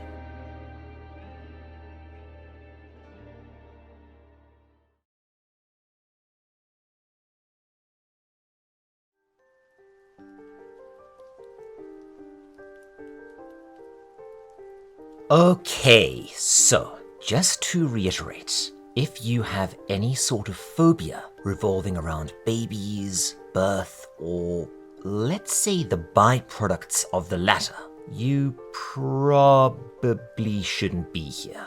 Kirie overhears more, and apparently Makio, Keiko's kid from earlier, is in the process of being returned to the womb at present, and yeah, I don't like what that implies at all. Then we see this. The reason for the huge bellies on the babies. As she watches, clothing opens and a prehensile umbilical cord emerges, tipped with a wandering, mushroom-like placenta, naturally engraved with spiral designs. Kirie wanders into an OR and finds the doctor, surrounded by more placentas growing out of the floors and walls. We get a bit of a monologue about how baby mammals are basically evil, wicked little parasites that survive by means of weaponized cuteness, and that if they weren't cute, life would probably have died out because nobody would tolerate them. This is actually partially true, believe it or not. I'm not going to go too deeply into evolutionary biology today, but baby animals are essentially designed to be adorable and endearing so their parents won't just abandon them. This is particularly true of mammals, as egg-laying species, particularly reptiles, are something of a mixed bag as far as this sort of thing is concerned. Wait, where was I? Oh right, the good doctor has somehow been cultivating and eating the placentas, ditto serving them to others, and this is where the story gets even more gross. Don't say I didn't warn you. I think that what Ito is alluding to here is the on and off fad or traditional practice of placentophagia, literally eating the placenta and sometimes the afterbirth. This practice is common in mammalian species as it allows a mother to preserve important protein and nutrition after the physically exhausting birthing process. But, well, I would like to say it's not something that typically occurs in humans, but this practice does actually happen fairly frequently in certain parts of Africa and Asia, primarily China, some parts of India and Tanzania, as well as Vietnam, particularly with traditional medicine consisting of human placenta being kind of popular in more rural areas or amongst older or more traditionally minded folks. However, as so far as the modern West is concerned, well, it's not something historically done all that often, but in more recent times it does seem to be a cyclical on and off fad. Recently, in fact, there has been something of a trend, particularly in more, let's say, hippy-dippy circles, with certain celebrities engaging in the consumption of their birthing byproducts and swearing by their positive effects on recovery, mood, and hormonal stability, despite the science on this stuff being mixed, to say the least. I actually did do a fair bit of reading up here, and while I'm not willing to weigh in on this outside of saying yes, I am not going to tell anyone what they can or cannot do in the privacy of their own home, obviously between consenting adults. I will say that it's pretty frigging nasty.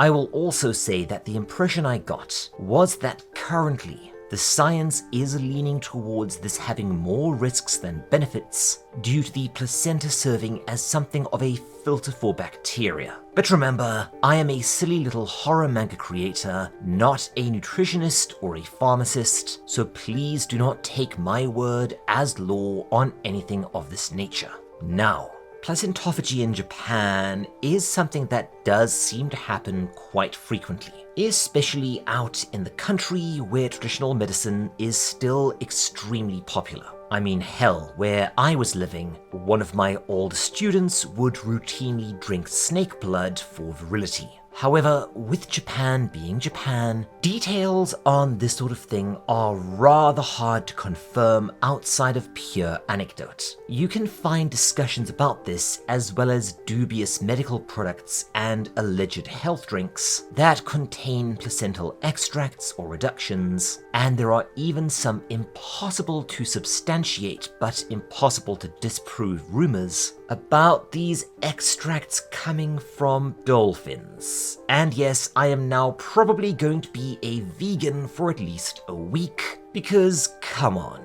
this stuff is nasty. Regardless, I think that this might be one of the core inspirations behind this story, which is, by far and away, the most gruesome and macabre part of Uzumaki. And yet, it's not one I have seen discussed or even talked about that often. Maybe it's because people have attempted to burn it from their memories, as I honestly seem to have done in the past and will likely do after this. And if you thought that we were done with all the horrific crap, what happens next is also incredibly gross, and I can't show you much of it at all because wow, Ito was on some other shit here. We see that the doctor, not to put too fine a point on it, has sliced Keiko's belly and ostensibly her womb open and put the baby back in her, allowing it to reattach that prehensile placenta and umbilical cord, and then sewed her messily back up. However, this causes her to turn into a mutant creature with a long, barbed umbilical cord for a tongue that drains the doctor down to a mummy and then proceeds to chase Keiko into the placenta fields, where it winds up wiping out the people seemingly now addicted to them. Ha, phew. Things were actually getting bloody harrowing back there for a second. I was honestly relieved when we were back to silly-looking monsters eating people. And you know what? I think I'm nearly done for the day, because I always forget that this story exists and it always blindsides me. Let's move on.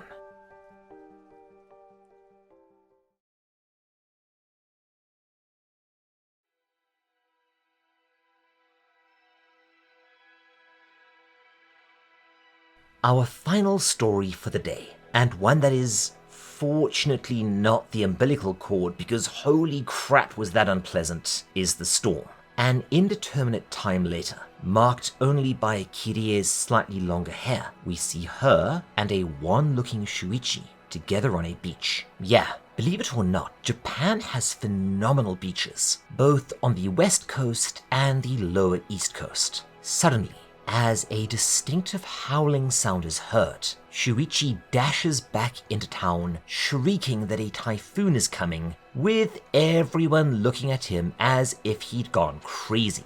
However, naturally, he was 100% right. The wind begins to whip up, while Kirie heads out trying to reach him. It then escalates more and more, forcing her to retreat. She realizes that the storm has, in fact, settled right over the town and seemingly her house in particular, surrounding them in a wall of whipping, howling, destructive wind. Typhoons are, much like earthquakes, both a frequent and a semi-serious threat in Japan, but something that locals, especially those living on the coast, have just sort of learned to live with. And yeah, I am not kidding when I say these can be bad.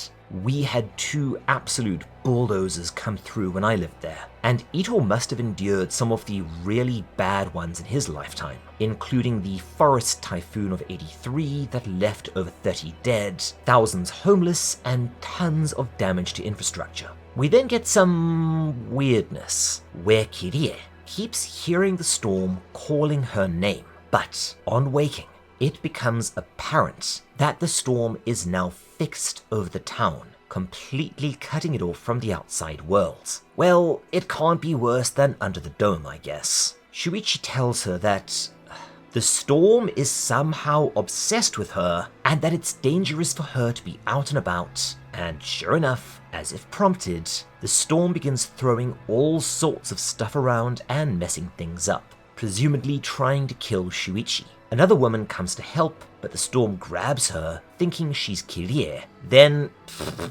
literally spits her out once it realizes, causing her to go splat almost comically. They take cover under an underpass, which, yes, if I recall, is supposed to be a really bad idea for some reason. And then after it, no joke, sees them with its eye, they scramble down into the storm tunnels to escape it. But it sucks them back out along with the water, and they, fall to their apparent deaths, but are later fished out of Dragonfly Pond which also allegedly ate the typhoon. Yeah, this will be partially explained later, but it's still just so odd. Anyways.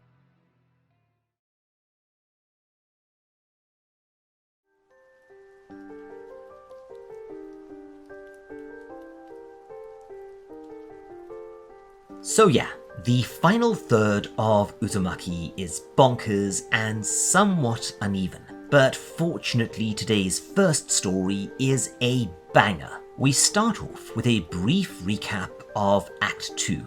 And yeah, we're back to that full color goodness. Seriously, I love this. It has a pencil crayon look that I dig. It really does add to the surreal, sketchy, dreamlike atmosphere of the manga. However, I will say that I wish we did have more slow, quiet bits like this to just explore Kurozucho a little bit, much as with places like Hinamizawa, as so much of this story is ostensibly about the town, and we just don't get enough of it. Anyway, yeah, after the storm passes over, we realize that it badly messed up the town, destroying the flimsy modern housing and leaving only the row houses standing, and this actually makes a kind of sense. See, post-World War II, and especially in the 60s and 70s, Japan saw a massive construction boom, only with a few alterations. Structures were frequently designed in,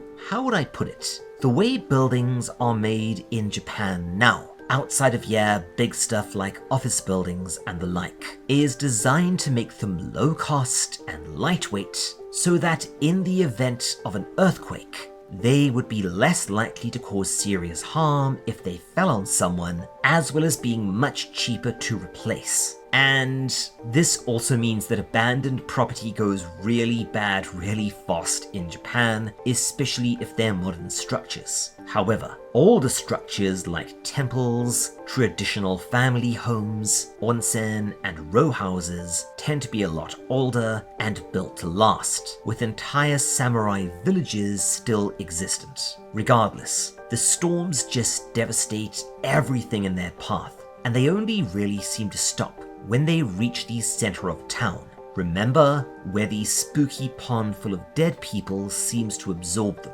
Don't worry, this will all get explained later on. Kind of, not really. And this leads us naturally into the story, as a city agent shows Kirie's family the house he has available for those displaced by the storm. It's one of the old row houses, except that this one apparently has some sort of nasty story tied to it about a creature that lives there and, I guess, eats dogs? Kirie's mother, however, is more concerned that the house is, well, a tatty old row house. And yes, if you're curious as to what a row house is, I'd go and rewatch part 1, as I went through it there fairly extensively. It's pretty interesting. However, when they are informed that there are literally no other better options for them, they reluctantly agree to stay. Sometime later, the family meets a young man, Wakabayashi, staying in another part of the row house, and he warns them not to bother their neighbors, potentially dangerous squatters who've been living here for a long time.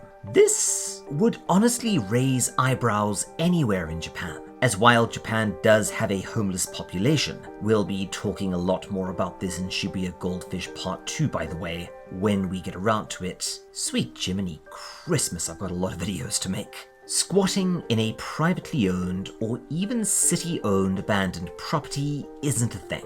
I've literally never heard of a single case. Not because of extremely harsh laws or anything, but it's just not something that happens. Again, maybe it's because newer structures tend to go really rotten really fast when they're abandoned, and the older structures that remain are generally used for stuff, even if it's just town storage. Regardless, this immediately makes Kirie's little brother think of the monster, but in a fairly subtle and amusing beat. The mother is more concerned about annoying the neighbors. Pfft, I don't know why, this just tickles me. Again, very Japanese. The story continues as Wakabayashi and Kirie become friends, and we realize that there's something just a bit off about him. And yes, if this story feels very Umezu to you, he was actually one of the core inspirations for a lot of Ito's work, alongside Stephen King and H.P. Lovecraft. And yes, this manga is very Stephen King, and spoilers, we'll be getting the Lovecraft stuff towards the end. Anyways, Wakabayashi explains that the mysterious neighbors live on welfare, which, okay, it's a conceit for the story, but it makes zero sense in real life. As far as I know, in Japan, if you don't have a fixed, registered, and legal address, you cannot receive any sort of social support, or at least couldn't at that point in time. And yes, once again,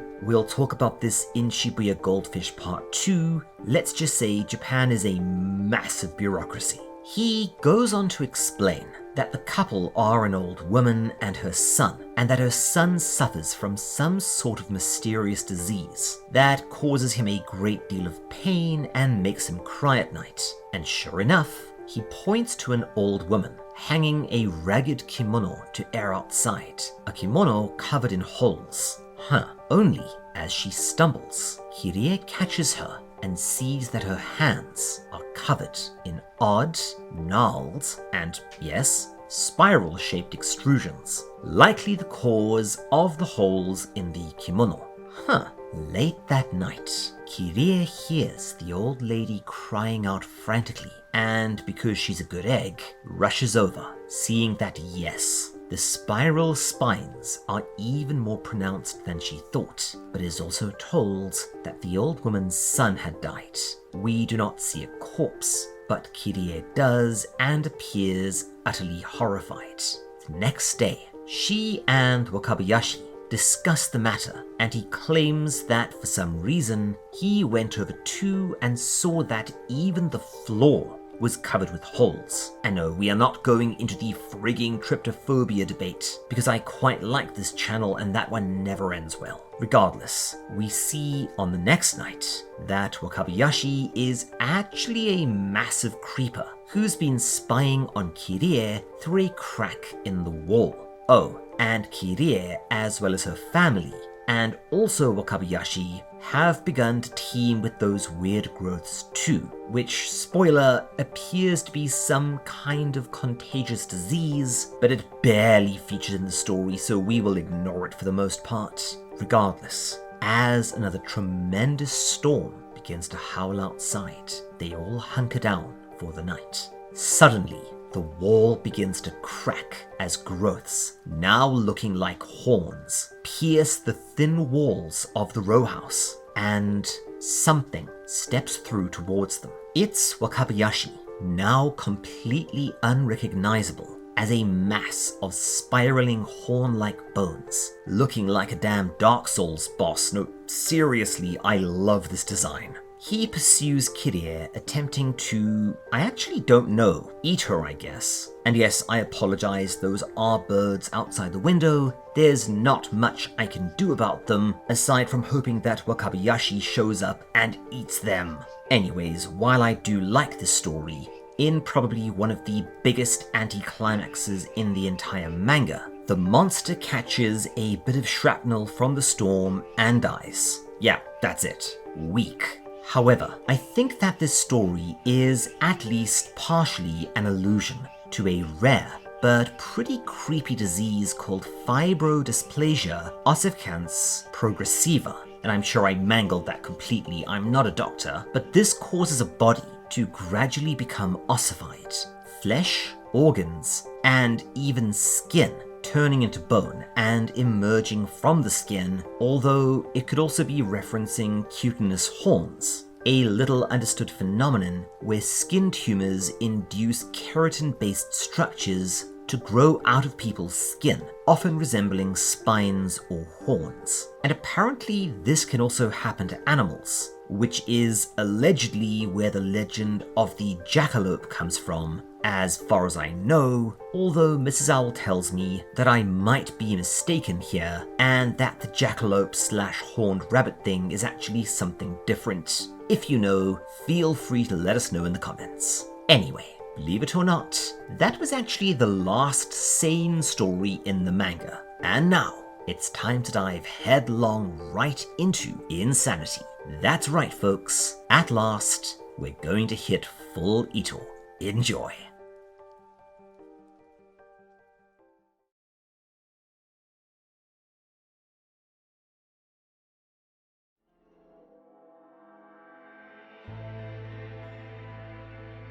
Yup, now we're into the weird stuff, and what is essentially the extended final arc of the manga, and also where things start going so snooker-loopy that it's honestly quite hard to remember that this is a horror manga in places. You'll see what I mean in just a bit. Our story opens with several journalists trying to get into Kurozucho, as apparently reporters keep vanishing when they try to enter the hurricane-ridden town.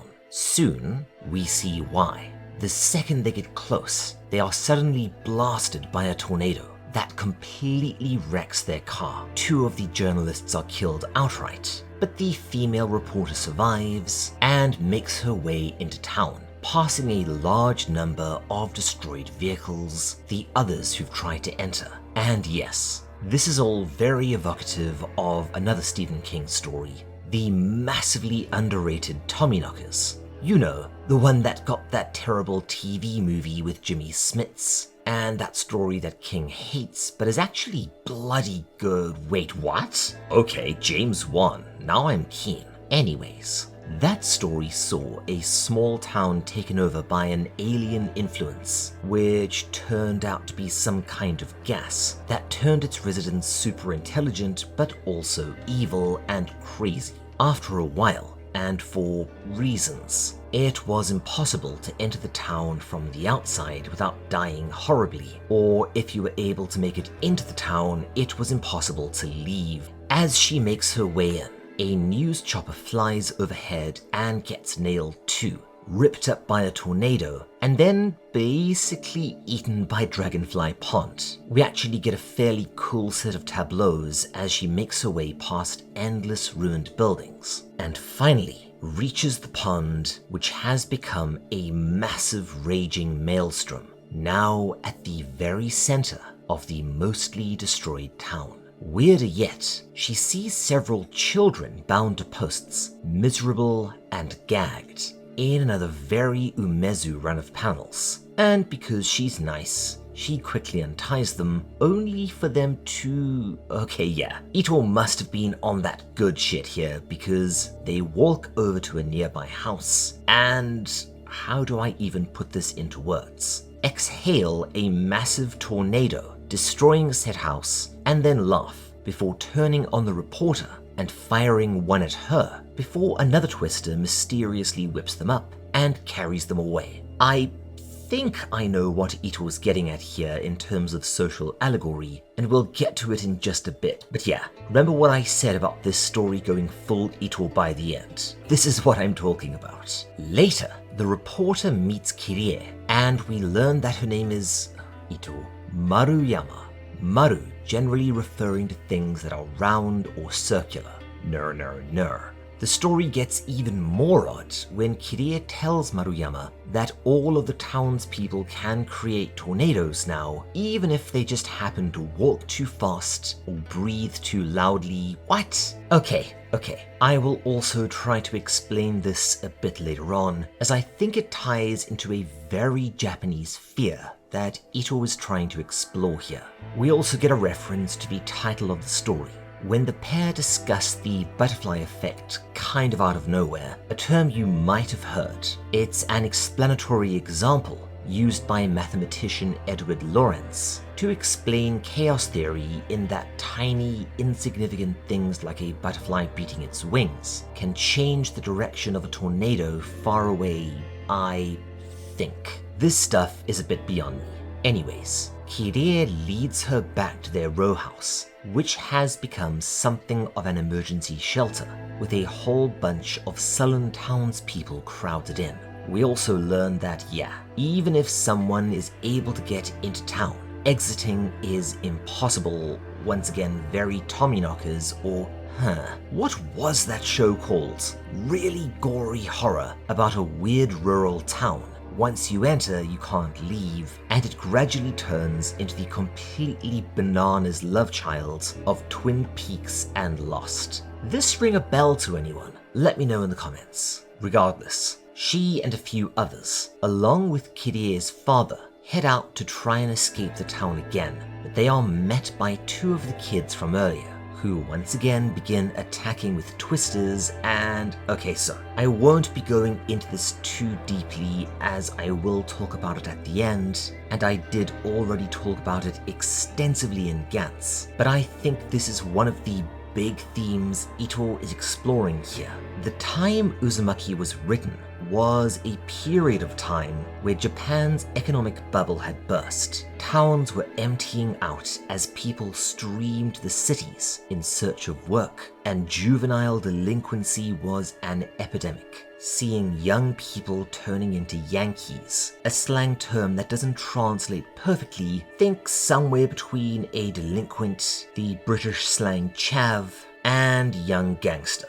A lot of older people mistrusted or even feared younger generations, as from the outside all they saw was drug use, violence, and gangsterism rising at astonishing rates. And this was part of a general fear regarding the collapse of Japanese society as a whole. And yes, please keep this in mind as the story moves forward. We will see more overt examples of this soon. Anyways, the people inside the row house send twisters back at them, scariest manga of all time everyone, and blast them flying again, although they eventually just learn to fly. Literally riding the tornadoes. What are we doing here? I know that horror and comedy are actually very, very closely related, but seriously, this is just weird. Anywho, Kirie finds a now mostly insane Shuichi huddled in a corner, and he says that the spiral is beginning its final journey outwards, presumably from the pond, and it will eventually consume the entire town, leading us into the next story.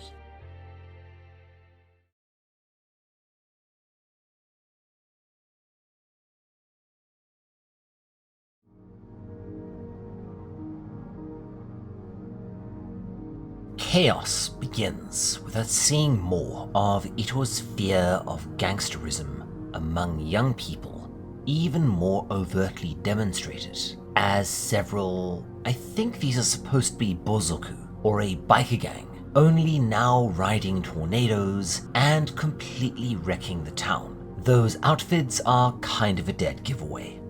As mentioned in Gantz, that period of time didn't just have Yankees. There were worse things, particularly bozoku, as opposed to the Yakuza, who by and large tend to leave John Q. Public alone unless you go looking for them for some reason or attempt to break into an industry where they hold sway. Bozoku were psychotic biker gangs that really just existed to be hooligans, fighting amongst themselves a lot, but also terrorizing small towns and acting the fool. Probably most famously, Bozoku culture resulted in a bunch of massive bike convoys that would at times just go completely nutso, trash streets, and randomly attack people, and much like other youth gangs, was a big point of concern for the culture in general. You can find references to them in manga from the 80s through the turn of the century quite a lot, including frigging Dragon Ball Z. However, this has at least become less of an issue over the last maybe 15 years, mostly thanks to extremely intense police crackdowns on biker gangs as a whole. And while they still do exist here and there, the era of the berserk convoys trying to run people off the road for the lols is fortunately long gone.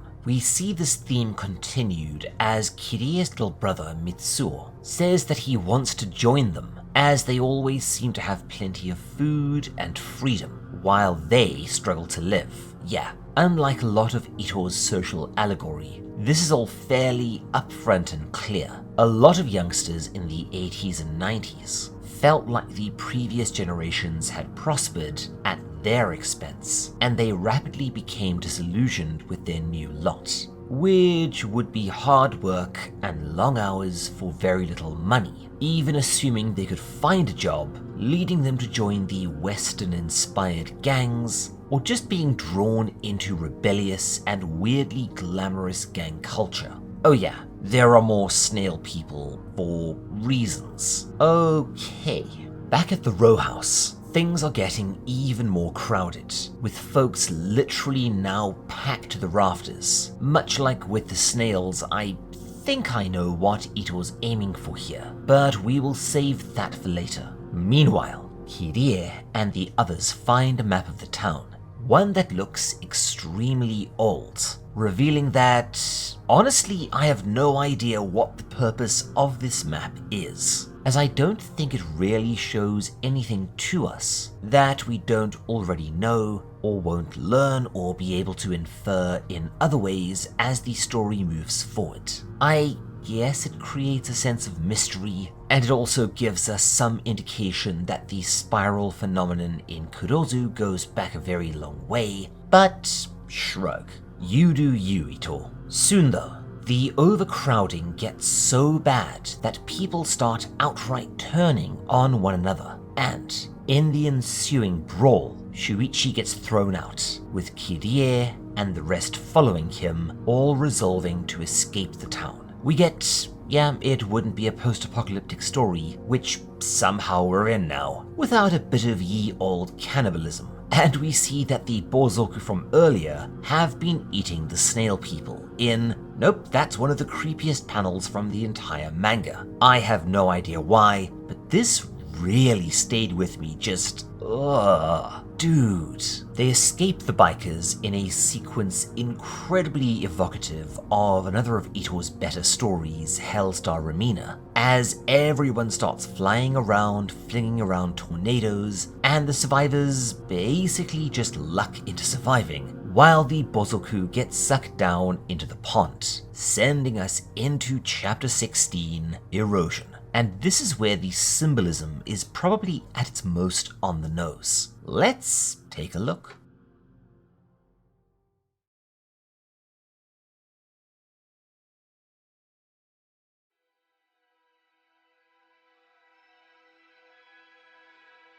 Yeah, remember when I said that the symbolism would be overt here, and that I think I see what Ito's getting at? Well, if you're familiar with this period in Japanese history, you've probably guessed at it yourself, and if you're not, I would recommend going and watching Gantz Part 1, as I talk about it pretty extensively there. But in a nutshell, this was a period of real trouble for Japan, often referred to as the Lost Decades. The economy had at first stagnated and then gradually imploded, with unemployment spiraling out of control, and a lot of rural factories and compounds closing down. People thus left even moderately sized towns en masse and flowed into the metropolitan cities like Tokyo and Osaka looking for better prospects, and this further crippled the rest of the country.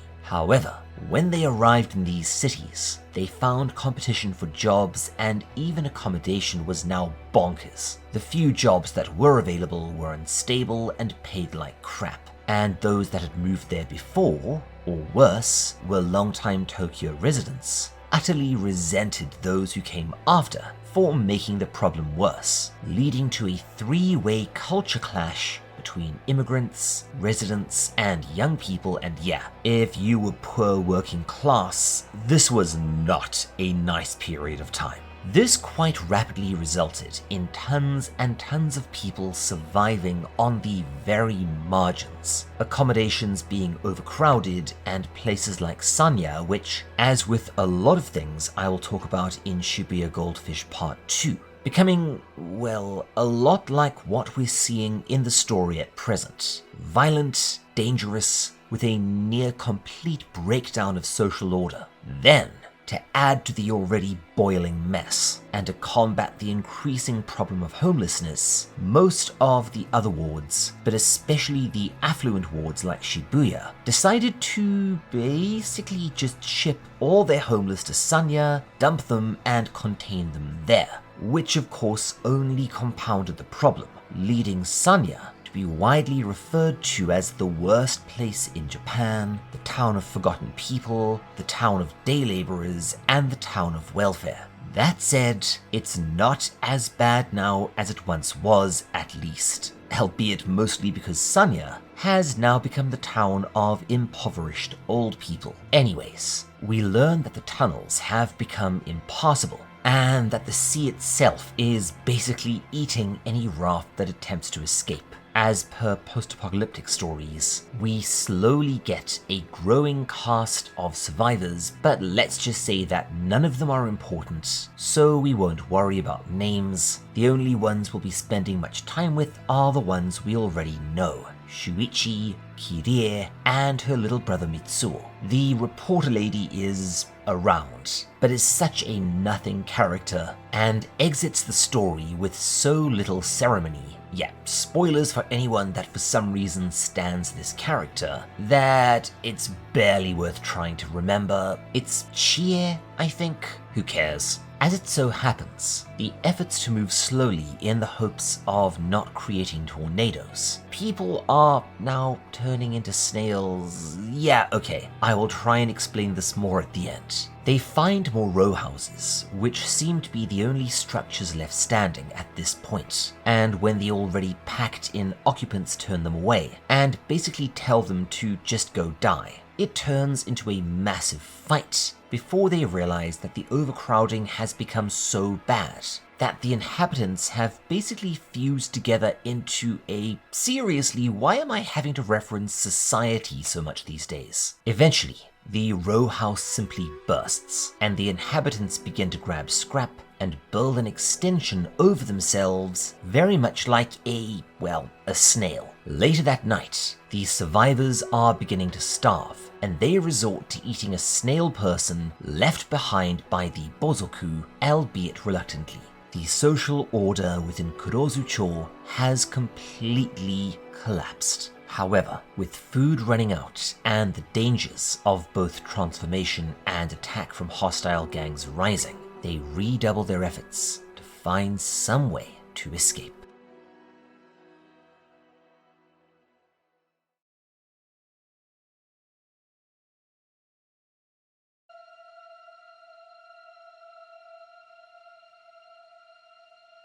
With the ocean and tunnels trapped by twisters, and Kirie's little brother Mitsuo beginning to look a little, snailish himself, they resolve to try a steep mountain pass in order to escape. Man, this entire sequence makes me want to reread Monkey Peak. Wait, there's an official English release of Monkey Peak? Holy crap! I must get around to doing a video on that at some point. It's just so damn good. Wilderness survival horror, man. Gotta love it. Where was I? Oh right, we actually get a really neat view of the annihilated Kurozucho with the maelstrom that was Dragonfly Pond at its center, and only the row houses left standing, all of which are expanding outwards as the residents form huddles. Yeah, there's a reference for you. Oh, and one of the guys working on the expansions is this bony bastard Tanizaki, who'll be something of a recurring character for a bit. Anyways, he taunts them and in doing so sends a twister their way. As they continue winding their way through the mountain pass, they realize that even the vegetation has become mutated and twisted by the ever-expanding power of the spiral. And after they run into some of the other survivors we saw earlier, they realize that they've been mazed, Hobbit style. The spiral is going to keep them wandering in these mountains forever, and all roads will eventually lead back to Kurozucho.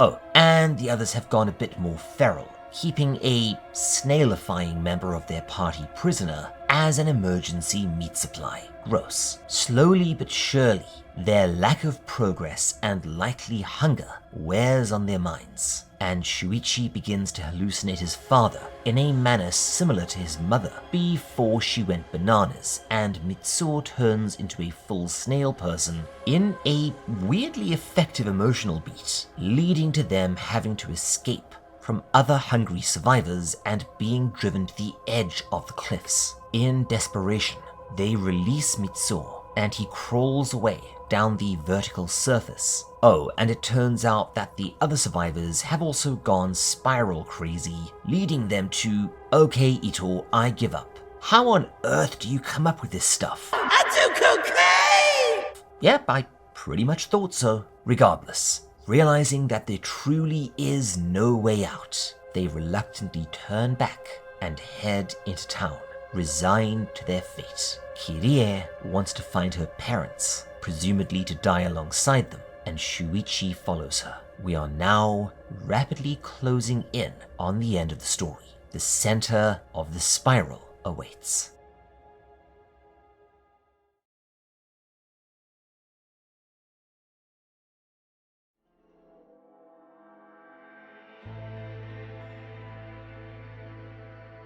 The penultimate chapter, Chapter 18, The Labyrinth, is allegedly in a big way, where we see Ito's initial inspiration for the story coming to life. He imagined what would happen if row houses expanded out and out, joined up, and made one enormous superstructure, which, as the party looks down from the hillside, is exactly what happened. Kurozucho has become a single, endlessly spiraling row house, and this gives us a nod to the chapter title, as the town now bears a strong resemblance to the classic Greek labyrinth of Minotaur and Theseus fame, which was in turn based on a structure that, for a long time was believed to be a myth but turned out to be real, kind of. You know what? The hunt for, the excavation of, and the investigations around the true Labyrinth and Minotaur, and what the Minotaur turned out to be, is so bloody interesting and so complicated that I would actually rather encourage you to track it down and investigate it on your own time. Trust me, this will at least partially blow your mind. Anyways, after a good amount of dickering, they realize that they have no choice, and they enter the spiral, walking between endless row houses and finding that everyone is just dying and turning into those horrible rubbery spiral forms as they do, warped and twisted by whatever force is emanating from the pond. Tanizaki, that goofy looking bugger from earlier, is disposing of corpses and has grown, say it, a great big bushy beard.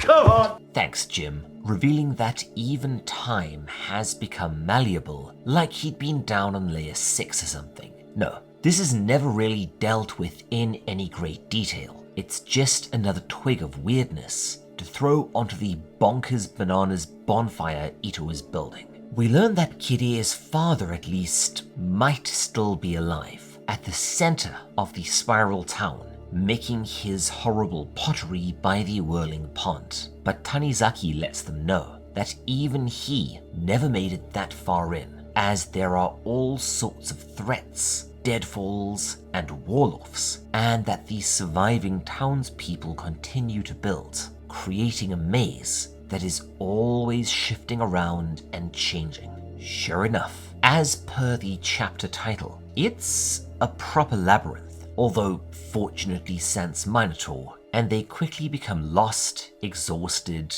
hungry, and thirsty, and eventually they attempt to settle down for the night. They lapse into conversation, trying to figure out what on earth has happened here, and the next day they find an entrance to the enormous row house structure, and reluctantly they enter, finding it to be now deserted. Oh, and Chie gets got, but it's such a dumb blink and you'll miss it moment, and she was such a nothing character that it's not even really worth considering. Sorry, Chie stans. Finally, in an extended and pretty cool and atmospheric exploration sequence, they reach the center and discover that the pond has long receded or perhaps drained, revealing a seemingly endless and ancient spiral staircase stretching down into the earth. As Kirie and Shuichi make their way deep down into the depths, in honestly my favorite panel from the entire manga. No, seriously, I love this one. And this image has made its way into a lot of my attempts at both short stories and my novel, cough cough Halloween cough patrons cough. We hit the final chapter. Yep, it's time to see how this all shakes out. And it's a lot. Let's take a look.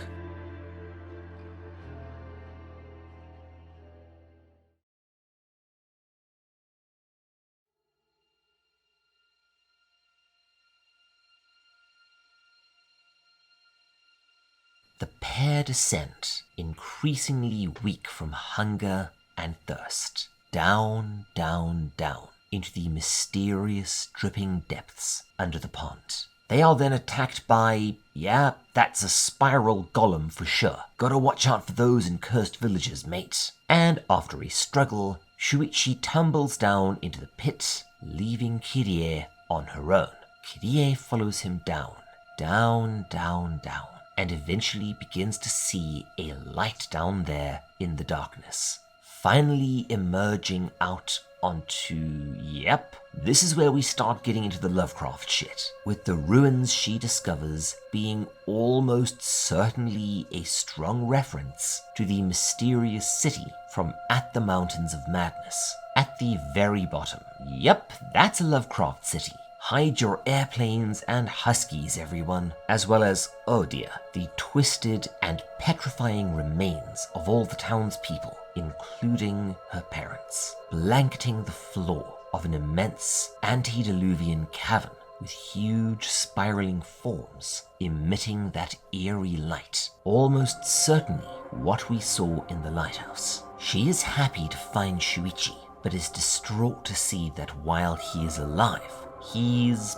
pretty busted up, unable to walk, and almost certainly dying due to the injuries sustained in his fall. He tells her that somehow the city is a living thing. And okay, this is me doing a bit of lateral thinking here, but the entire business seems to be about warping and attracting people who live above to eventually make their way down here every, I guess, cycle, whether it be by cremation or exploration, to further add to the bulk of the city by using living things as a sort of coral. Yes, again, very Stephen King. Realizing that Shuichi is near death and that there's no way out for her either, Kirie decides to just call it a day. Tells him that she wants to stay here with him, and in their last moments, they embrace, spiraling together, much like the red thread as they die in each other's arms. We then get a sort of ersatz epilogue as we see the city tremble as the central tower rises up through the bore that was long concealed by Dragonfly Pond, sealing itself once again and completing the spiral. As the story ends, we get a brief readout from Kirie, revealing that, I think, she and Shuichi and all of the townspeople will remain together in some sort of dying dream, now part of the spiral, until it awakens to feed once again, presumably in the distant future, once other people have settled the land. Oh right, there's 2 lost chapters at the end, but they're just weird and not relevant to the story, so we'll skip them for now. They're okay and not bad cosmic horror, well, not the first one at least, so maybe we'll take a look at them one day. And that, gravies and lentilmen, is Uzumaki.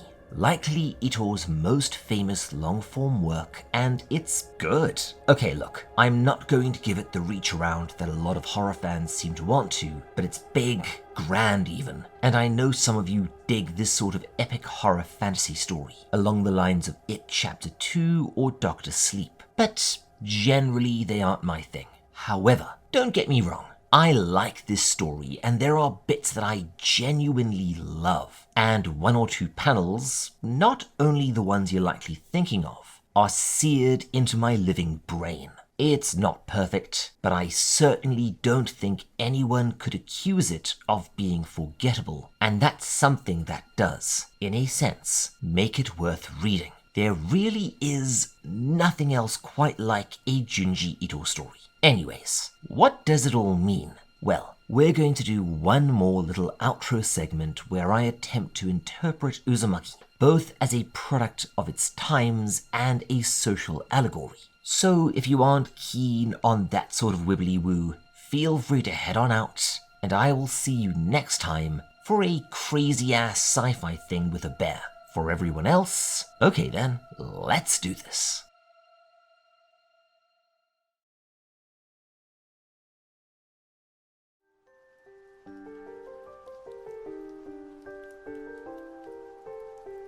So, what does it all mean? And no, I'm not talking about the vague nods to Lovecraftian King, or even Ito's fascination with row houses. Let me posit my theory, taking what I've already explained about the period Uzumaki was written in, which, as mentioned, I talk about extensively in Gantz Part 1, so I would recommend you go and watch that first, as I'm not going super in depth here. Japan was undergoing a ton of societal upheaval and discord, brought about by rapid and vast movements of people towards the cities, leading to overcrowding, widespread poverty, and some degree of homelessness, at least by Japanese standards, as well as a general and intense fear about the breakdown of societal order and... Okay, so I have talked about this in other videos before, I think in another, but Japan has a concept known as wa, which doesn't translate perfectly, but in a nutshell, somewhere between peacefulness and societal harmony.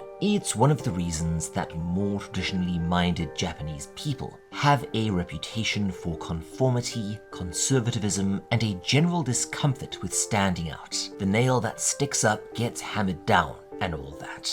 Now, if we take the outwardly expanding spiral as a metaphor for societal discord and the disruption of the wa, somewhat due to increasing modernity and globalization chipping away at the insular and extremely socially conservative Japan of yesteryear, and somewhat due to the decaying economy, intense overcrowding in the cities, the stagnating birth rate, and the overall anxieties of the lost decades, things start to come into focus. This is particularly true when we look at delinquency and youth gangs, both of which are very clearly present in the story as an outright rejection of the wa Japanese traditionalism and the conditions people found them in that era as a whole. And then we can clearly see Ito's own worries about Japanese society collapsing. However, there is a counter-movement to this present in a lot of older people,